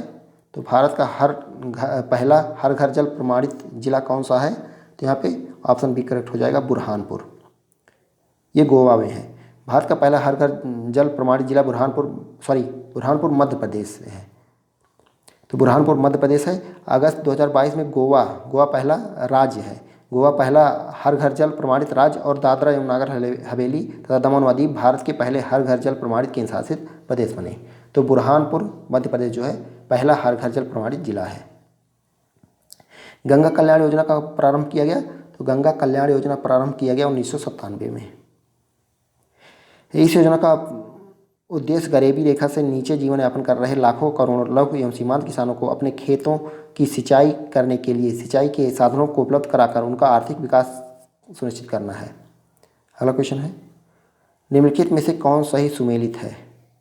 फिर आपको बताना है कौन सही सुमेलित है। स्वजल योजना 1996-97, तो यही सही हो जाएगा। स्वजल योजना 1996-97, ग्रामीण पेयजल योजना 1996-97, ये दोनों 1996-97 हो गया। गंगा कल्याण योजना 1997-98, इंदिरा आवास योजना 1985-86। समग्र आवास योजना प्रारंभ हुआ? समग्र आवास योजना की बात हो रही है, तो ये कब प्रारंभ हुआ था? तो ये 1999-2000 में प्रारंभ हुआ था। इस योजना का उद्देश्य गरीबी रेखा से नीचे जीवन यापन करने वाले परिवारों को आवास उपलब्ध कराना था। प्रधानमंत्री ग्रामोदय योजना का संबंध है? तो प्रधानमंत्री ग्रामोदय योजना का संबंध जो है आवास से है। ऑप्शन डी करेक्ट हो जाएगा। यह योजना भारतीय आबादी की आवास संबंधी जरूरतों को पूरा करने के लिए शुरू की गई थी। इसका उद्देश्य ग्रामीण गरीबों को आश्रय प्रदान करना है। इसे इंदिरा आवास योजना की तर्ज पर चलाने की योजना थी। प्रधानमंत्री ग्रामोदय योजना की शुरुआत कब हुई? तो प्रधानमंत्री ग्रामोदय योजना की शुरुआत जो है वर्ष 2000 में हुई। महिला समृद्धि योजना की शुरुआत कब हुई? तो महिला समृद्धि योजना की शुरुआत जो है 1993 में हुई। 2 अक्टूबर 1993 को ग्रामीण महिलाओं के उत्थान के लिए एक सूक्ष्म वित्तीय नीति के रूप में शुरू की गई थी महिला समृद्धि योजना। यह नीति पिछड़े वर्गों से संबंधित वंचित महिलाओं पर केंद्रित है, जिससे उन्हें कुछ वित्तीय सहायता प्रदान की जा सके। अगला है महिला सशक्तिकरण योजना की शुरुआत कब की गई थी? तो ये 1998 में महिला सशक्तिकरण योजना की शुरुआत की गई थी। इसे सामाजिक आर्थिक परिवर्तन और विकास के अभिकर्मकों के रूप में महिलाओं को सशक्त बनाने के उद्देश्य से शुरू किया गया था। हरियाली परियोजना संबंधित है, तो हरियाली परियोजना जो संबंधित है जल प्रबंधन से, हरियाली परियोजना का संबंध जो है जल प्रबंधन से है। ये ध्यान रखिएगा, वन संरक्षण ऐसे नहीं है, जल प्रबंधन से है। हरियाली परियोजना कब शुरू की गई? तो हरियाली परियोजना जो शुरू की गई थी वो जनवरी 2003 में शुरू की गई थी। हरियाली परियोजना की शुरुआत जनवरी 2003 में हुई। इस स्कीम के तहत बरसाती पानी को इकट्ठा करने के लिए गाँव व बाहर के खेतों में तालाब बनाए जा रहे हैं, जिसका उद्देश्य गिरते हुए भूजल स्तर को रोका जा सके। भारत निर्माण योजना की शुरुआत कब हुई? तो भारत निर्माण योजना की शुरुआत जो है 2005 में हुई। 2005 में भारत निर्माण योजना की शुरुआत हुई। भारत निर्माण कार्यक्रम का उद्देश्य ग्रामीण बुनियादी ढांचा तैयार करना है। इसमें सड़क, सिंचाई, आवास, जलापूर्ति, अवसंरचना, पेयजल, दूरसंचार कनेक्टिविटी और विद्युतीकरण के निर्माण की पेयजल परियोजनाएं शामिल हैं। अगला है प्रधानमंत्री रोजगार सृजन कार्यक्रम कब से प्रारंभ हुआ? प्रधानमंत्री रोजगार सृजन कार्यक्रम कब से प्रारंभ हुआ? अगस्त 2008 से। प्रधानमंत्री रोजगार सृजन कार्यक्रम PMEGP अगस्त 2008 से प्रारंभ हुआ था। यह एक क्रेडिट लिंक्ड सब्सिडी कार्यक्रम है, जिसे MSME मंत्रालय द्वारा ग्रामीण और शहरी दोनों क्षेत्रों में रोजगार के अवसर पैदा करने के लिए शुरू किया गया था। अगला क्वेश्चन है प्रधानमंत्री रोजगार सृजन कब प्रारंभ किया गया? तो प्रधानमंत्री रोजगार सृजन कब प्रारंभ किया गया था? तो 15 अगस्त 2008 को। देश के ग्रामीण और शहरी क्षेत्रों के लोगों को रोजगार के नए नए अवसर उपलब्ध करवाने तथा भिन्न भिन्न वर्गों एवं क्षेत्रों की आवश्यकताओं को ध्यान में रखते हुए सूक्ष्म, लघु एवं मध्यम उद्यम मंत्रालय यानी MSME द्वारा प्रारंभ किया गया था। प्रधानमंत्री किसान सम्मान निधि योजना कब प्रारंभ हुआ था? प्रधानमंत्री किसान सम्मान निधि योजना काफ़ी इंपॉर्टेंट है, तो ये 24 फरवरी 2019 को। ऑप्शन बी यहाँ पे करेक्ट है। यहाँ पे ये दिया गया है, ये गलत होगा, बी है। 24 फरवरी 2019 को प्रधानमंत्री किसान सम्मान निधि योजना शुरू की गई थी। डिटेल देखते हैं। प्रधानमंत्री किसान सम्मान निधि योजना 24 फरवरी 2019 को, देखो यहाँ पे सही दिया गया है। यह एक केंद्रीय योजना है। इस योजना के अंतर्गत सरकार किसानों को आर्थिक सहायता प्रदान करती है। तो 24 फरवरी 2019 को प्रधानमंत्री किसान सम्मान निधि योजना शुरू की गई थी। PM किसान सम्मान निधि योजना के तहत सरकार द्वारा किसानों को राशि दी जाती है। तो टोटल 3 किस्तों में 2-2 हज़ार दी जाती है, टोटल 6,000।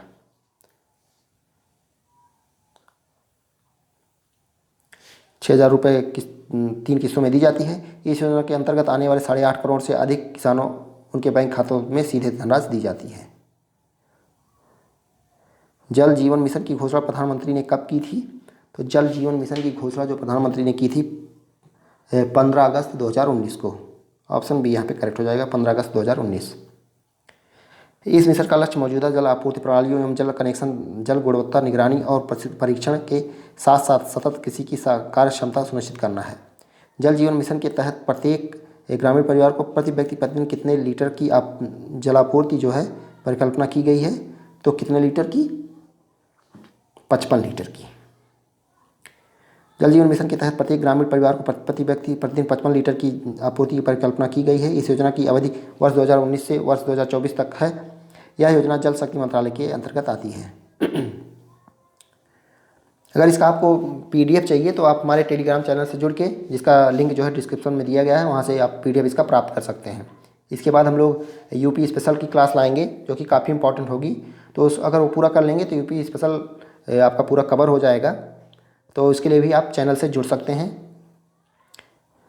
अगला है दीनदयाल उपाध्याय ग्राम ज्योति योजना का उद्देश्य क्या है? तो दीनदयाल उपाध्याय ग्राम ज्योति योजना का उद्देश्य जो है ग्रामीण विद्युतीकरण से है। दीनदयाल उपाध्याय ग्राम ज्योति योजना पूरे ग्रामीण भारत को निरंतर बिजली की आपूर्ति प्रदान करने की एक योजना है। यह योजना नवंबर 2014 में शुरू की गई थी। तो कब शुरू की गई थी? नवंबर 2014 में। इस योजना का प्रमुख उद्देश्य 1000 दिनों के अंदर संपूर्ण ग्रामीण क्षेत्रों का विद्युतीकरण करना है। सांसद आदर्श ग्राम योजना कब प्रारंभ किया गया? तो सांसद आदर्श ग्राम योजना जो है अक्टूबर 2014 में प्रारंभ किया गया है, 11 अक्टूबर को। देख सकते हैं 11 अक्टूबर। सांसद आदर्श ग्राम योजना 11 अक्टूबर 2014 को प्रारंभ हुआ था। इस योजना के तहत प्रत्येक सांसद सदस्य एक ग्राम पंचायत को गोद लेता है। इसके तहत वह बुनियादी ढांचे तथा सामाजिक विकास को बढ़ावा देता है। अगला क्वेश्चन है, पशुधन बीमा योजना क्या है? तो पशुधन बीमा योजना क्या है ये आपको बताना है। तो यह है सभी दुधारू और मांस उत्पादित करने वाले पशुओं का बीमा करवाना।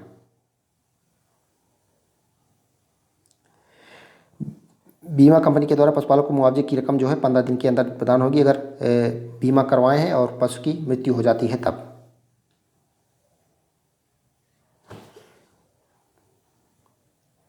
अगला है, दीनदयाल उपाध्याय ग्रामीण कौशल योजना कब प्रारंभ हुई थी? दीनदयाल उपाध्याय ग्रामीण कौशल योजना की शुरुआत जो है 25 सितंबर 2014 को हुई थी। दीनदयाल उपाध्याय ग्रामीण कौशल योजना 25 सितंबर 2014 को दीनदयाल उपाध्याय ग्रामीण कौशल योजना प्रारंभ हुआ था। यह ग्रामीण विकास मंत्रालय भारत सरकार के द्वारा ग्रामीण आजीविका को बढ़ावा देने के लिए की गई पहलों में से एक है। ग्रामीण भंडारण योजना के तहत गोदाम की न्यूनतम क्षमता होनी चाहिए, तो ये 100 टन की होनी चाहिए। अधिकतम क्षमता जो है 30,000 टन, मिनिमम क्षमता 100 टन। राष्ट्रीय ई गवर्नेंस योजना कब शुरू की गई थी? तो ये शुरू की गई थी 2006 में। राष्ट्रीय गवर्नेंस योजना 2006 में शुरू की गई थी। इस योजना का लक्ष्य कॉमन सर्विस सेंटरों के माध्यम से आम नागरिकों को सभी सरकारी सेवाओं तक पहुंच उनकी बस्तियों में प्रदान करते हुए सक्षमता, पारदर्शिता और विश्वसनीयता सुनिश्चित करना था। ई गवर्नेंस की अवधारणा है, तो ई गवर्नेंस की अवधारणा है सरकारी कार्य करने की प्रक्रियाओं में सूचना व संचार प्रौद्योगिकी का अनुप्रयोग। ई गवर्नेंस सार्वजनिक क्षेत्र द्वारा सूचना व संचार प्रौद्योगिकी का प्रयोग, स्मार्ट शासन बनाने का तरीका है। उपयुक्त सभी। स्मार्ट शासन, स्मार्ट गवर्नेंस में ए का अभिप्राय है। स्मार्ट देख सकते हैं, स्मार्ट गवर्नेंस में ए का अभिप्राय क्या है? तो यहाँ पे है अकाउंटेबल, जवाबदेही।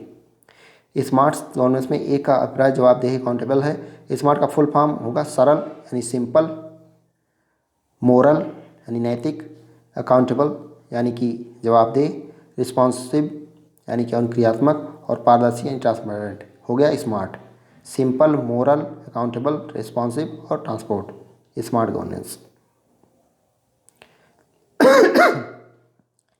NEGP राष्ट्रीय ई शासन योजना में कितने लेयर शामिल हैं? तो कितने लेयर शामिल हैं यहाँ पे? टोटल 3 लेयर शामिल हैं। NEGP में 3 लेयर शामिल है। NEGP का लक्ष्य उस तरीके में बदलाव और पूरी तरह से सुधार लाना है जो सरकार की सेवाएं नागरिकों को प्रदान करता है और उन्हें सुविधाजनक, लागत प्रभावी तथा पारदर्शी सेवाओं की मांग पूरा करने का अधिकार प्रदान करता है। NEGP के तहत बांटी गई संरचना है तो ये हो जाएगा सामान्य सेवा केंद्र CSC, राज्यव्यापी क्षेत्र नेटवर्क स्वान, राज्य आंकड़ा केंद्र SDC, उपयुक्त सभी।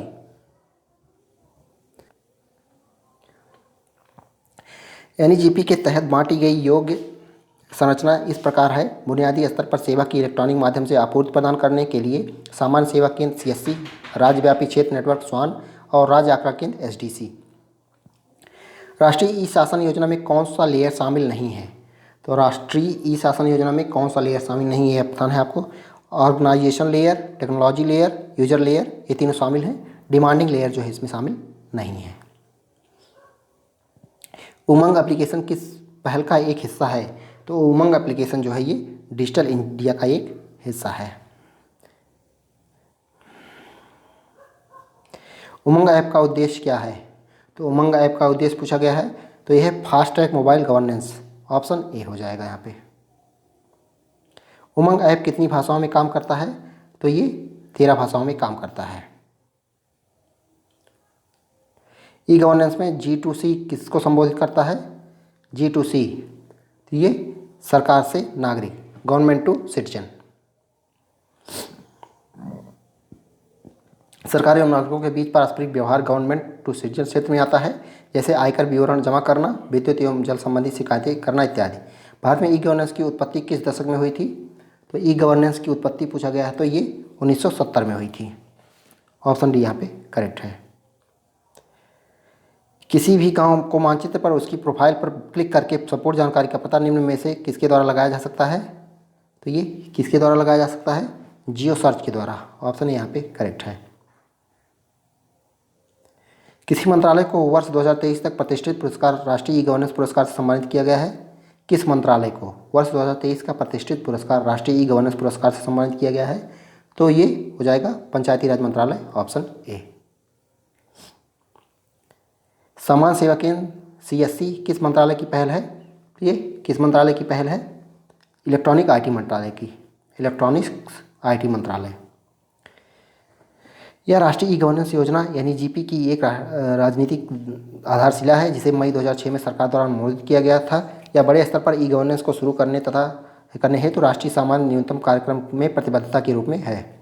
राष्ट्रीय सूचना विज्ञान केंद्र NIC की स्थापना कब हुई थी? तो ये कब हुई थी? 1965, 1968, 1971, 1977। कब हुई थी? तो 1977, ऑप्शन डी यहाँ पे करेक्ट है। राष्ट्रीय सूचना विज्ञान केंद्र NIC की स्थापना 1977 में की गई थी।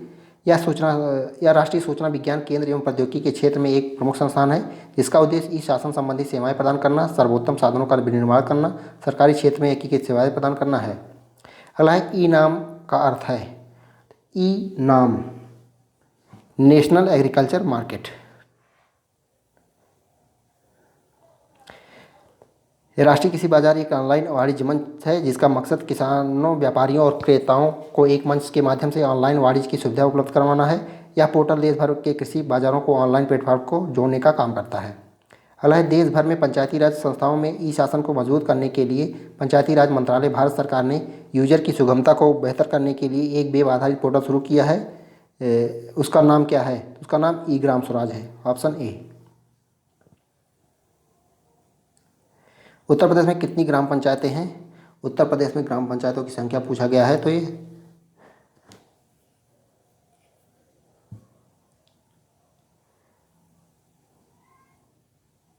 थोड़ा गड़बड़ लग रहा है। 57,705 होगा, ये बीच में नहीं होगा, 57,705 है। देख सकते हैं यहाँ पे सही दिया है। उत्तर प्रदेश के पंचायती राज विभाग के अनुसार ग्राम पंचायतों की कुल संख्या 57,705 है। भारत में कुल कितनी पंचायतें हैं? तो भारत में पूछा गया है तो भारत में कुल 2,46,400 पंचायतें हैं।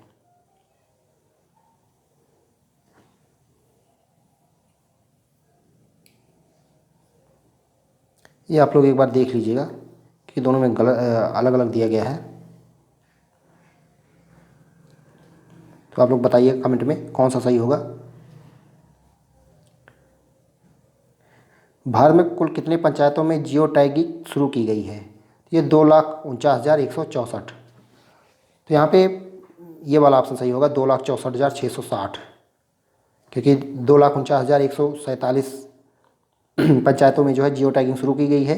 तो टोटल जो है भारत में पंचायतें जो होंगी वो 2,64,660 होंगी।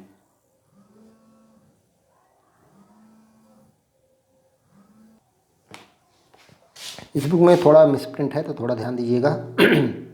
तो टोटल पंचायतें जो होंगी 2,64,660 हैं और जियो टैगिंग जो शुरू की गई है पंचायतों में 2,49,147।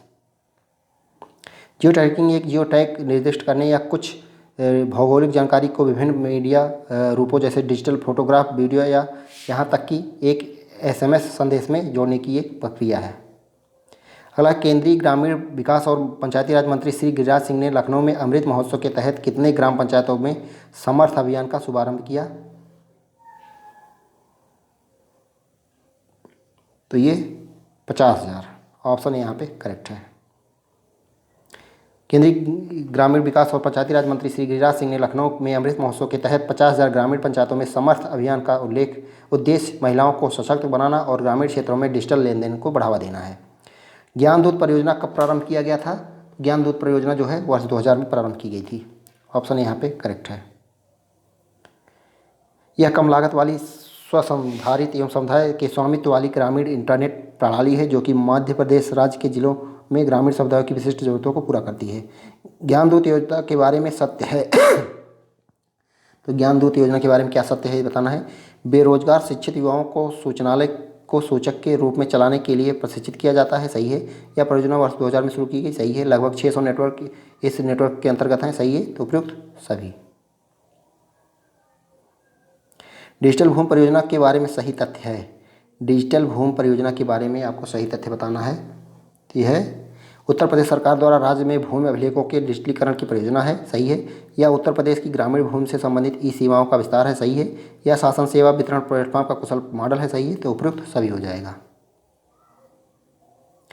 ई डिस्ट्रिक्ट परियोजना के बारे में सत्य है। ई डिस्ट्रिक्ट परियोजना के बारे में बताना है।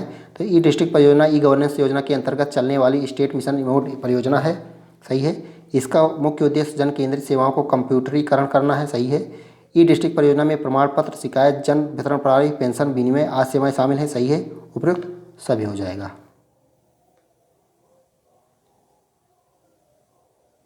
अगला है निम्नलिखित में से किस कंपनी ने ई चौपाल नामक एक ग्रामीण विपणन नेटवर्क शुरू किया था? तो किसने शुरू किया था? तो आईटीसी ने। ऑप्शन ए यहाँ पे करेक्ट है। जून 2000 में आईटीसी ने ई चौपाल नामक एक ग्रामीण विपणन नेटवर्क शुरू किया था। ई चौपाल आईटीसी लिमिटेड द्वारा भारत आधारित व्यावसायिक पहल है जो ग्रामीण किसानों को इंटरनेट उपलब्ध कराती है। अगला है भारत में ई गवर्नेंस के संदर्भ में सत्य है। ई गवर्नेंस के संदर्भ में सत्य है। भारत में ई गवर्नेंस के लिए मुख्य जोर 1987 में दिया गया, सही है। ये ई गवर्नेंस राष्ट्रीय उपग्रह आधारित कंप्यूटर नेटवर्क एनआईसी नेट के लॉन्च द्वारा प्रदान किया गया है। सभी जिला कार्यालयों को कंप्यूटरीकृत करने के लिए राष्ट्रीय सूचना विज्ञान केंद्र डिस्निक का शुभारंभ किया गया। उपयुक्त सभी। डिजी लॉकर का उद्देश्य क्या है? तो डिजी लॉकर का उद्देश्य क्या है बताना है आपको। डिजी लॉकर का उद्देश्य भौतिक दस्तावेजों की आवश्यकता को समाप्त करना है, सही है। इसमें दस्तावेजों की प्रामाणिकता को ऑनलाइन सत्यापित करने की व्यवस्था है, सही है। केवल ए सही है? नहीं, ए व बी दोनों सही है। तो ऑप्शन डी यहाँ पे करेक्ट हो जाएगा। समर्थ अभियान की अवधि क्या है? समर्थ अभियान की अवधि यहाँ पे पूछा गया है, पे हो जाएगा 1 फरवरी 2023 से 15 अगस्त 2023। समर्थ अभियान की अवधि 1 फरवरी 2023 को शुरू हुआ और 15 अगस्त 2023 को समाप्त हुआ। यह अभियान भारत की आज़ादी के 75 साल पूरा होने के उपलक्ष्य में प्रधानमंत्री नरेंद्र मोदी की आज़ादी का अमृत महोत्सव के विजन के अनुरूप है। एनआईसी का मुख्यालय कहाँ है? एनआईसी की बात हो रही है तो इसका मुख्यालय जो है नई दिल्ली में है। एनआईसी का मुख्यालय नई दिल्ली में है। या इलेक्ट्रॉनिक्स और सूचना प्रौद्योगिकी मंत्रालय के तहत राष्ट्रीय सूचना विज्ञान केंद्र एनआईसी भारत सरकार का प्रौद्योगिकी भागीदार है। या केंद्र सरकार, राज्य सरकारें, संघ शासित प्रदेश प्रशासन, जिले और अन्य सरकारी निकाय को सूचना और संचार प्रौद्योगिकी अपनाने और ई गवर्नेंस सहायता प्रदान करने में महत्वपूर्ण भूमिका निभाता है। सीएससी कब अनुमोदित किया गया था? तो सीएससी जो है कब अनुमोदित किया गया था? मई 2006 में। सीएससी 2.0 कब प्रारंभ किया गया? तो 2015 में। देश के 2.5 लाख ग्राम पंचायतों में से प्रत्येक में कम से कम एक सीएससी की परिकल्पना की गई।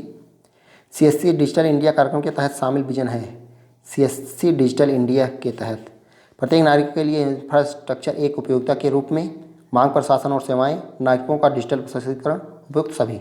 ऑप्शन डी यहाँ पे करेक्ट हो जाएगा। 23 मई 2023 तक पूरे भारत में कार्यात्मक सीएससी की कुल संख्या है।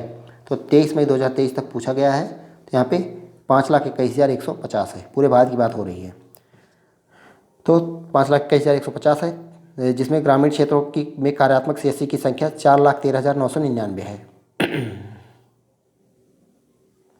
उत्तर प्रदेश में ई मंडी से कितनी मंडी समितियां संबद्ध हैं? तो 251। ऑप्शन ए यहाँ पे करेक्ट हो जाएगा। उत्तर प्रदेश ई मंडी में 251 मंडी समितियां संबद्ध हैं। ई मंडी का तात्पर्य ऐसी व्यवस्था से है जहां मंडी की प्रक्रियाओं में सूचना प्रौद्योगिकी तथा तकनीक का अधिकतम प्रयोग एवं मानवीय हस्तक्षेप को न्यून करते हुए मंडी द्वारा उपलब्ध कराई जा रही सेवाओं को ऑनलाइन डिजिटल माध्यम से उपलब्ध कराया जाए। अगला देखते हैं, किसान कॉल सेंटर की शुरुआत कब की गई? किसान कॉल सेंटर की शुरुआत जो है कब की गई थी? अप्रैल 2002 में। इसका आरंभ कृषि और सहकारिता विभाग और कृषि मंत्रालय द्वारा किया गया था। ग्रामीण सॉफ्ट परियोजना कब प्रारंभ किया गया? तो ग्रामीण सॉफ्ट परियोजना जो है 2000 में प्रारंभ किया गया। इस परियोजना का उद्देश्य जिला ग्रामीण विकास एजेंसी को सूचना और संचार प्रौद्योगिकी की सहायता से गरीबी राहत कार्यक्रमों की कार्यक्षमता का अवलोकन करने में सहायता करना है। अगला है ई चौपाल कब शुरू किया गया? तो ई चौपाल कब शुरू किया गया था? जून 2000 में। उद्देश्य जो था इसका कृषि वस्तुओं की गुणवत्ता और किसानों के जीवन स्तर में सुधार के लिए उन्हें सूचित करना और उन्हें सशक्त बनाना। ई पंचायत मिशन की शुरुआत कब हुई? ई पंचायत मिशन की शुरुआत जो है 2018 में हुई। ई पंचायत कार्यक्रम का उद्देश्य, तो ई पंचायत कार्यक्रम का उद्देश्य क्या था? तो इसका उद्देश्य ग्रामीण भारत को ऑनलाइन अद्यतन जानकारी से लैस करना है, ग्राम पंचायतों को कंप्यूटरीकृत करने में सक्षम बनाना। इसका उद्देश्य पूरे भारत में लगभग 2.45 लाख पंचायतों की आंतरिक प्रवाह को स्वचालित करना है। उपयुक्त सभी।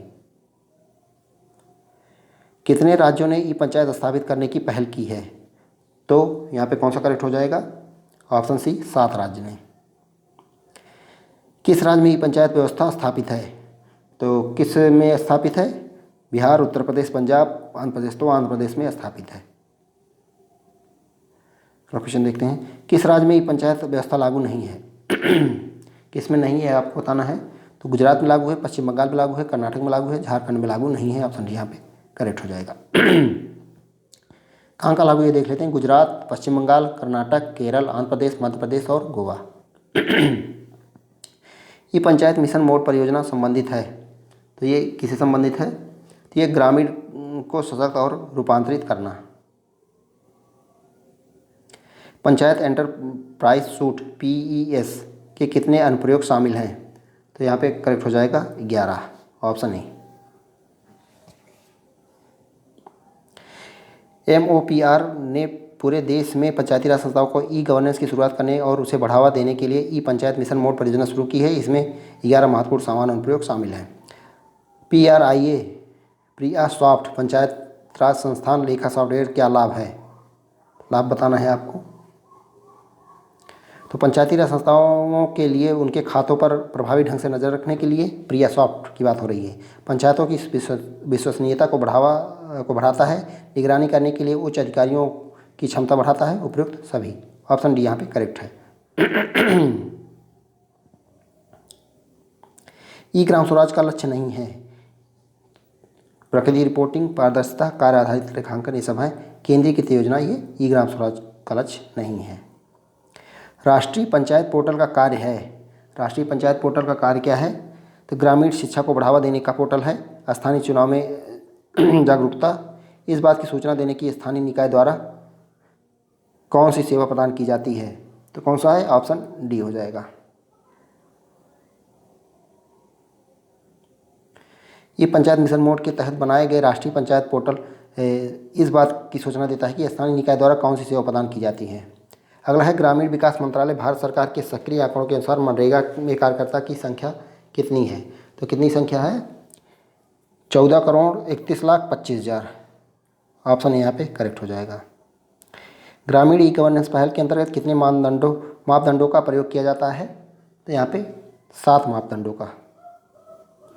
जन्म मृत्यु रजिस्ट्रीकरण अधिनियम कब अस्तित्व में आया? तो ये 1969 में अस्तित्व में आया। जन्म मृत्यु रजिस्ट्रीकरण अधिनियम। देश में जन्म मृत्यु संबंधी रजिस्ट्रीकरण कब से अनिवार्य हो गया है? तो ये 1969 से अनिवार्य हो गया है। भारत में महारजिस्ट्रार की नियुक्ति किसके द्वारा की जाती है? भारत के महारजिस्ट्रार की बात हो रही है तो ये केंद्र सरकार द्वारा की जाती है। भारत के महारजिस्ट्रार की नियुक्ति केंद्र सरकार द्वारा जन्म मृत्यु रजिस्ट्रीकरण अधिनियम 1969 के तहत की जाती है। उल्लेखनीय है कि भारत का महारजिस्ट्रार राज्यों तथा संघ राज क्षेत्रों में जन्म एवं मृत्यु के रजिस्ट्रीकरण तथा अन्य संबंधित मामलों में निर्देशन एवं मार्गदर्शन करने वाला केंद्रीय अधिकारी होता है। जन्म प्रमाण पत्र की आवश्यकता कब होती है? स्कूल में प्रवेश हेतु, आयु को प्रमाणित करने हेतु, रोजगार प्राप्त करने हेतु, उपयुक्त सभी में। ऑप्शन डी यहाँ पे करेक्ट है। रोजगार प्राप्त करने में, ड्राइविंग लाइसेंस प्राप्त करने, कानूनी संविदा करने तथा विवाह हेतु, ये सारी चीज़ें हो जाएंगी। अगला क्वेश्चन है, जन्म मृत्यु रजिस्ट्रीकरण अधिनियम 1969 के तहत राज्य सरकार द्वारा नियुक्त सर्वोच्च अधिकारी कौन सा होता है? राज्य सरकार की बात हो रही है तो ये मुख्य रजिस्ट्रार हो जाएगा। मृत्यु प्रमाण पत्र की आवश्यकता होती है उत्तराधिकार सिद्ध करने में, संपत्ति प्राप्त करने हेतु, बीमा हेतु, उपयुक्त सभी में। जन्म पंजीकरण के से संबंधित आंकड़ों की उपयोगिता है प्रशासनिक प्रयोजन में, जन स्वास्थ्य के कार्यक्रम में, माता व शिशु के प्रसव बाद देखभाल में, उपयुक्त सभी में।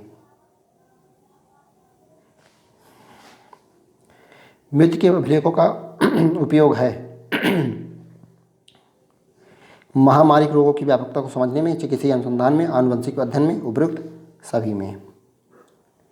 उत्तर प्रदेश में जन्म मृत्यु रजिस्ट्रीकरण संगठन के संदर्भ में जिला रजिस्ट्रार के रूप में कौन कार्य करता है? तो ये कौन कार्य करेगा? मुख्य चिकित्सा अधिकारी। ऑप्शन सी यहाँ पे करेक्ट है।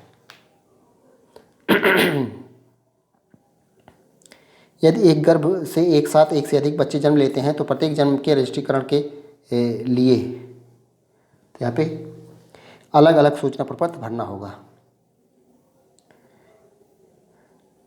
रजिस्ट्रार इन प्रपत्रों के विधिक भाग के कोष्ठक के रिमार्क कॉलम में जुड़वा या त्रिगुण जन्म जैसी स्थिति को अंकित करेगा।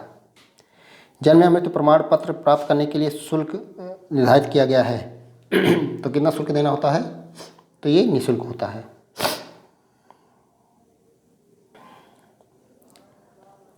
अगला देखते हैं। जन्म और मृत्यु रजिस्ट्रीकरण अधिनियम 1969 की धारा 12 के प्रावधान के अनुसार रजिस्ट्रार जैसे ही जन्म मृत्यु का रजिस्ट्रीकरण करता है, अधिनियम की धारा 8 और 9 के अंतर्गत सूचना देने वाले व्यक्ति को जन्म या मृत्यु प्रमाण पत्र प्रपत्र संख्या 5 या 6 में निःशुल्क जारी किया जाता है। गुमशुदा व्यक्ति को कब मृत माना जाता है? जिसे पिछले 7 वर्ष से देखा या सुना ना गया हो। तो यहाँ पे ऑप्शन ही करेक्ट हो जाएगा। सामान्यतः कितने दिनों के भीतर जन्म एवं मृत्यु की घटनाओं का पंजीकरण कराना आवश्यक होता है? तो ये 21 दिन के अंदर।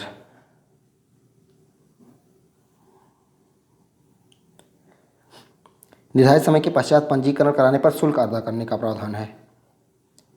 भारत के बाहर पैदा हुए किसी भारतीय दंपति के बच्चे के जन्म का पंजीकरण होगा तो ये नागरिकता अधिनियम 1955 के तहत। भारत के बाहर पैदा हुए किसी भारतीय दंपति के बच्चे के जन्म का पंजीकरण नागरिकता अधिनियम 1955 तत्संबंधी नागरिकता अधिनियम 1956 में निर्धारित व्यवस्था के अनुसार किया जाता है। अगला है, बच्चे के जन्म का रजिस्ट्रीकरण के संबंध में सत्य कथन है। तो सत्य कथन बताना है। बच्चे के जन्म का रजिस्ट्रीकरण बिना नाम का भी किया जा सकता है, सही है। यदि बच्चे के नाम का रजिस्ट्रीकरण 1 वर्ष के उपरांत तथा 15 वर्ष के भीतर करवाया जाएगा तो विलंब शुल्क के साथ राज्य नियमावली के तहत किया जाएगा। उपयुक्त दोनों कथन सत्य हैं।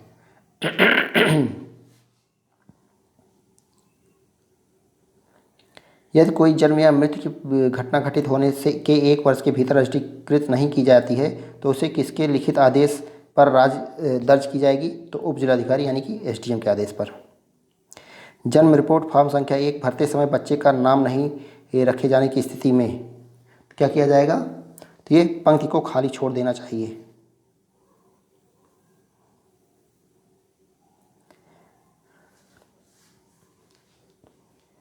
जन्म पंजीकरण के समय बच्चे का भार लिखा जाना चाहिए।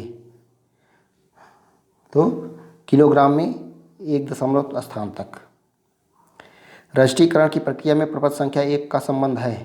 तो प्रपत्र संख्या 1 का संबंध जन्म सूचना पत्र से है। क्वेश्चन देखते हैं। प्रपत्र संख्या 2 संबंधित है। तो ये संबंधित है मृत्यु सूचना पत्र से। गोद लिए गए बच्चे के जन्म प्रमाण पत्र जारी करने से पूर्व किसकी स्वीकृति आवश्यक है? तो ये संबंधित मजिस्ट्रेट, तो DM की स्वीकृति। रजिस्ट्रीकृत बच्चे के गोद लिए जाने की स्थिति में संबंधित मजिस्ट्रेट द्वारा पारित आदेशानुसार बच्चे के माता पिता का नाम रजिस्ट्रार द्वारा मूल अभिलेख में संशोधित करते हुए जन्म प्रमाण पत्र जारी किया जाएगा। अगला है, कोई भी व्यक्ति जन्म अथवा मृत्यु के रजिस्टर की किसी भी प्रविष्टि को तलाश करवा सकता है। तो ये शुल्क देकर। प्रपत्र संख्या 3 का संबंध निम्नलिखित में से किससे है? प्रपत्र संख्या 3 की बात हो रही है तो यहाँ पे ये मृत जन्म सूचना पत्र से है। मृत जन्म सूचना पत्र। जन्म मृत्यु रजिस्ट्रीकरण अधिनियम 1969 की किस धारा के अनुसार रजिस्ट्रार को अपने क्षेत्र में घटित होने वाले जन्म मृत्यु की सभी घटनाओं का विवरण रखना अनिवार्य है? तो ये किसके तहत? तो ये धारा 7 के तहत। रजिस्ट्रार द्वारा जन्म या मृत्यु की कितनी प्रतियां निःशुल्क जारी की जा सकती हैं? तो ये केवल प्रथम प्रति। इसके पश्चात जो है शुल्क अदा करना होता है। जन्म या मृत्यु प्रमाण पत्र पर रजिस्ट्रार द्वारा हस्ताक्षर के लिए किसे अधिकृत किया जा सकता है? तो किसे अधिकृत किया जा सकता है? किसी को भी नहीं, ना तो सहायक क्लर्क को, ना तो सहायक रजिस्ट्रार को, ना उप जिलाधिकारी को। तो जन्म या मृत्यु प्रमाण पत्र पर रजिस्ट्रार या द्वारा हस्ताक्षर स्वयं किया जाना चाहिए, वह किसी भी दूसरे को अधिकृत नहीं कर सकता है। रजिस्ट्रार द्वारा जन्म एवं मृत्यु संबंधी पंजिकाओं को कब तक अपने पास रखा जा सकता है? तो कब तक अपने पास रख सकता है? रजिस्ट्रीकरण वर्ष के अगले 1 वर्ष तक। 1 वर्ष पश्चात जिला रजिस्ट्रार को अस्थायी रूप से सुरक्षित रखने हेतु भेजेगा।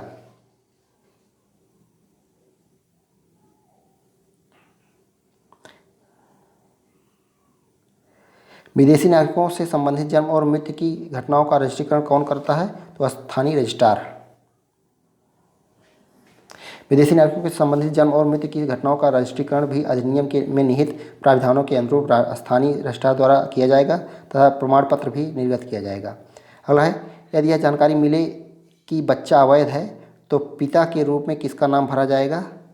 तो पिता के रूप में जो है किसी का भी नाम भरा नहीं जाएगा। यदि जानकारी मिले कि बच्चा अवैध है तो पिता के रूप में किसी का भी नाम दर्ज नहीं किया जाएगा जब तक कि माँ और स्वयं को पिता मानने वाले व्यक्ति संयुक्त रूप से ऐसी प्रार्थना ना करें। अगला है, जन्म और मृत्यु रजिस्ट्रीकरण अधिनियम 1969 के अनुसार किस धारा के अंतर्गत रजिस्ट्रार जन्म मृत्यु पंजीकरण करता है? तो ये धारा 12 के तहत। ऑप्शन ए यहाँ पे करेक्ट हो जाएगा।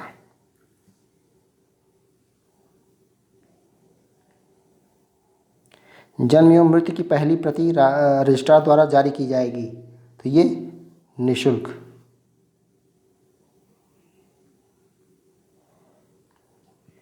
जन्म एवं मृत्यु रजिस्ट्रीकरण अधिनियम 1969 की धारा 12 के प्राविधान के अनुसार रजिस्ट्रार द्वारा जन्म मृत्यु रजिस्ट्रीकरण करने पर अधिनियम की धारा 8 और 9 के अंतर्गत सूचना देने वाले व्यक्ति को जन्म या मृत्यु प्रमाण पत्र निःशुल्क जारी किया जाता है। अगला है, जन्म और मृत्यु के रजिस्ट्रार के प्रविष्टि में लिपिकीय अथवा औपचारिक गलतियां संबंधी जांच की जाएगी, तो किसके द्वारा जांच की जाएगी? ये रजिस्ट्रार द्वारा। ऑप्शन बी यहाँ पे करेक्ट है। जन्म और मृत्यु के रजिस्ट्रार के प्रविष्टि में लिपिकीय अथवा औपचारिक गलतियों के से संबंधित मामले में रजिस्ट्रार को जांच करनी होगी तथा यह सुनिश्चित करना होगा कि ऐसी गलती हुई है वह उस गलती को सुधारेगा तथा उक्त प्रविष्टि के उद्धरण तथा उस गलती को बताते हुए उसे ठीक किए जाने का विवरण जिला रजिस्ट्रार को भेजेगा। यदि उसके पास रजिस्टर उपलब्ध नहीं है तो वह जिला रजिस्ट्रार को रिपोर्ट भेजेगा और मामले की जाँच करने तथा रजिस्टर में आवश्यक शुद्धियाँ करने के लिए जिला रजिस्ट्रार से रजिस्टर मंगवाएगा। इस मामले में जिला रजिस्ट्रार उन शुद्धियों को प्रति हस्ताक्षरित करेगा। अगला है, जन्म एवं मृत्यु पंजीकरण अधिनियम 1969 के तहत कोई भी चिकित्सा व्यवसायी जो धारा 10(3) के अधीन मृत्यु के कारण का प्रमाण पत्र देने से इनकार करेगा उसे कितना जुर्माना लगाया जा सकता है? तो ये 50 रुपये। ऑप्शन सी यहाँ पे करेक्ट है। कोई रजिस्ट्रार अथवा उप रजिस्ट्रार जो अपनी अधिकारिता में होने वाले किसी जन्म या मृत्यु के रजिस्ट्रीकरण में अपेक्षित विवरणियाँ भेजने से इनकार करेगा, कितने रुपए तक का जुर्माना लगाया जाएगा? तो यहाँ भी 50 रुपये तक का। जन्म और मृत्यु रजिस्ट्रीकरण अधिनियम 1969 का विस्तार है, तो ये संपूर्ण भारत पर। जन्म और मृत्यु रजिस्ट्रीकरण अधिनियम 1969 के तहत जन्म से तात्पर्य है, तो जन्म से तात्पर्य क्या है? केवल जीवित जन्म, केवल मृत जन्म, तो दोनों से। जन्म एवं मृत्यु पंजीकरण अधिनियम 1969 के तहत जीवित जन्म से तात्पर्य है, तो जीवित जन्म से क्या तात्पर्य है? माता से निष्कर्षण के पश्चात संतान श्वास लेता है, जीवन का कोई भी लक्षण प्रदर्शित करता हो, तो उपयुक्त दोनों में सही है। जन्म एवं मृत्यु रजिस्ट्रीकरण अधिनियम 1969 के तहत मुख्य रजिस्ट्रार की नियुक्ति किसके द्वारा की जाएगी? तो मुख्य रजिस्ट्रार की नियुक्ति जो है ये राज्य सरकार द्वारा की जाती है। राज्य के भीतर राज्य क्षेत्र को रजिस्ट्रीकरण खंडों में विभक्त करने की शक्ति किसके पास होती है? ये होती है राज्य सरकार के पास। राज्य सरकार द्वारा प्रत्येक राजस्व जिले के लिए एक जिला रजिस्ट्रार के अलावा कितने अतिरिक्त रजिस्ट्रार नियुक्त किया जा सकता है? तो ये राज्य सरकार जितना ठीक समझे।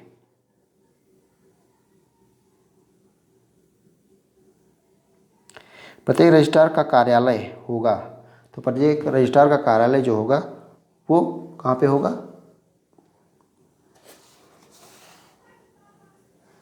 उसके स्थानीय क्षेत्र में। प्रत्येक रजिस्ट्रार के कार्यालय के बाहरी दरवाजे के पास लगे बोर्ड पर सूचना किस भाषा में लिखा होना चाहिए? तो ये किस भाषा में लिखा होना चाहिए? स्थानीय भाषा में। जन्म मृत्यु पंजीकरण अधिनियम 1969 के अंतर्गत प्रत्येक रजिस्ट्रार के कार्यालय के बाहरी द्वार पर लगे बोर्ड पर क्या लिखा होना आवश्यक है? तो क्या लिखा होना आवश्यक है बताना है आपको। तो रजिस्ट्रार का नाम, रजिस्ट्रार के हाजिरी का दिन और घंटा, स्थानीय क्षेत्र का नाम जिसके लिए वह नियुक्त है, उपयुक्त सभी। ऑप्शन डी यहाँ पे सही है। बच्चे के जन्म का पंजीकरण किया जा सकता है बिना नाम के, नाम रखने के पश्चात उपयुक्त दोनों परिस्थितियों में, तो किसी भी परिस्थिति में। रजिस्ट्रार अपने कार्य क्षेत्र की सूचना किसे भेजता है? तो रजिस्ट्रार अपने कार्य क्षेत्र की सूचना जो है किसे भेजेगा? मुख्य रजिस्ट्रार को। रजिस्ट्रार अपने कार्य क्षेत्र में होने वाले किसी परिवर्तन आदि की सूचना मुख्य रजिस्ट्रार को शीघ्र भेजता है तथा दिशा निर्देश प्राप्त करता है। अगला है, रजिस्ट्रार द्वारा जन्म मृत्यु रजिस्ट्रीकरण संबंधी दस्तावेज 1 वर्ष के पश्चात किससे भेज दिया जाता है? तो ये किसे भेज दिया जाएगा? जिला रजिस्ट्रार को। ऑप्शन यहाँ पे करेक्ट है। जन्म मृत्यु रजिस्ट्रीकरण अधिनियम 1969 के अनुसार मंडल स्तर पर सर्वोच्च पदाधिकारी कौन होता है? तो मंडल स्तर पर जो अधिकारी होगा अपर मुख्य रजिस्ट्रार। ऑप्शन ए करेक्ट है।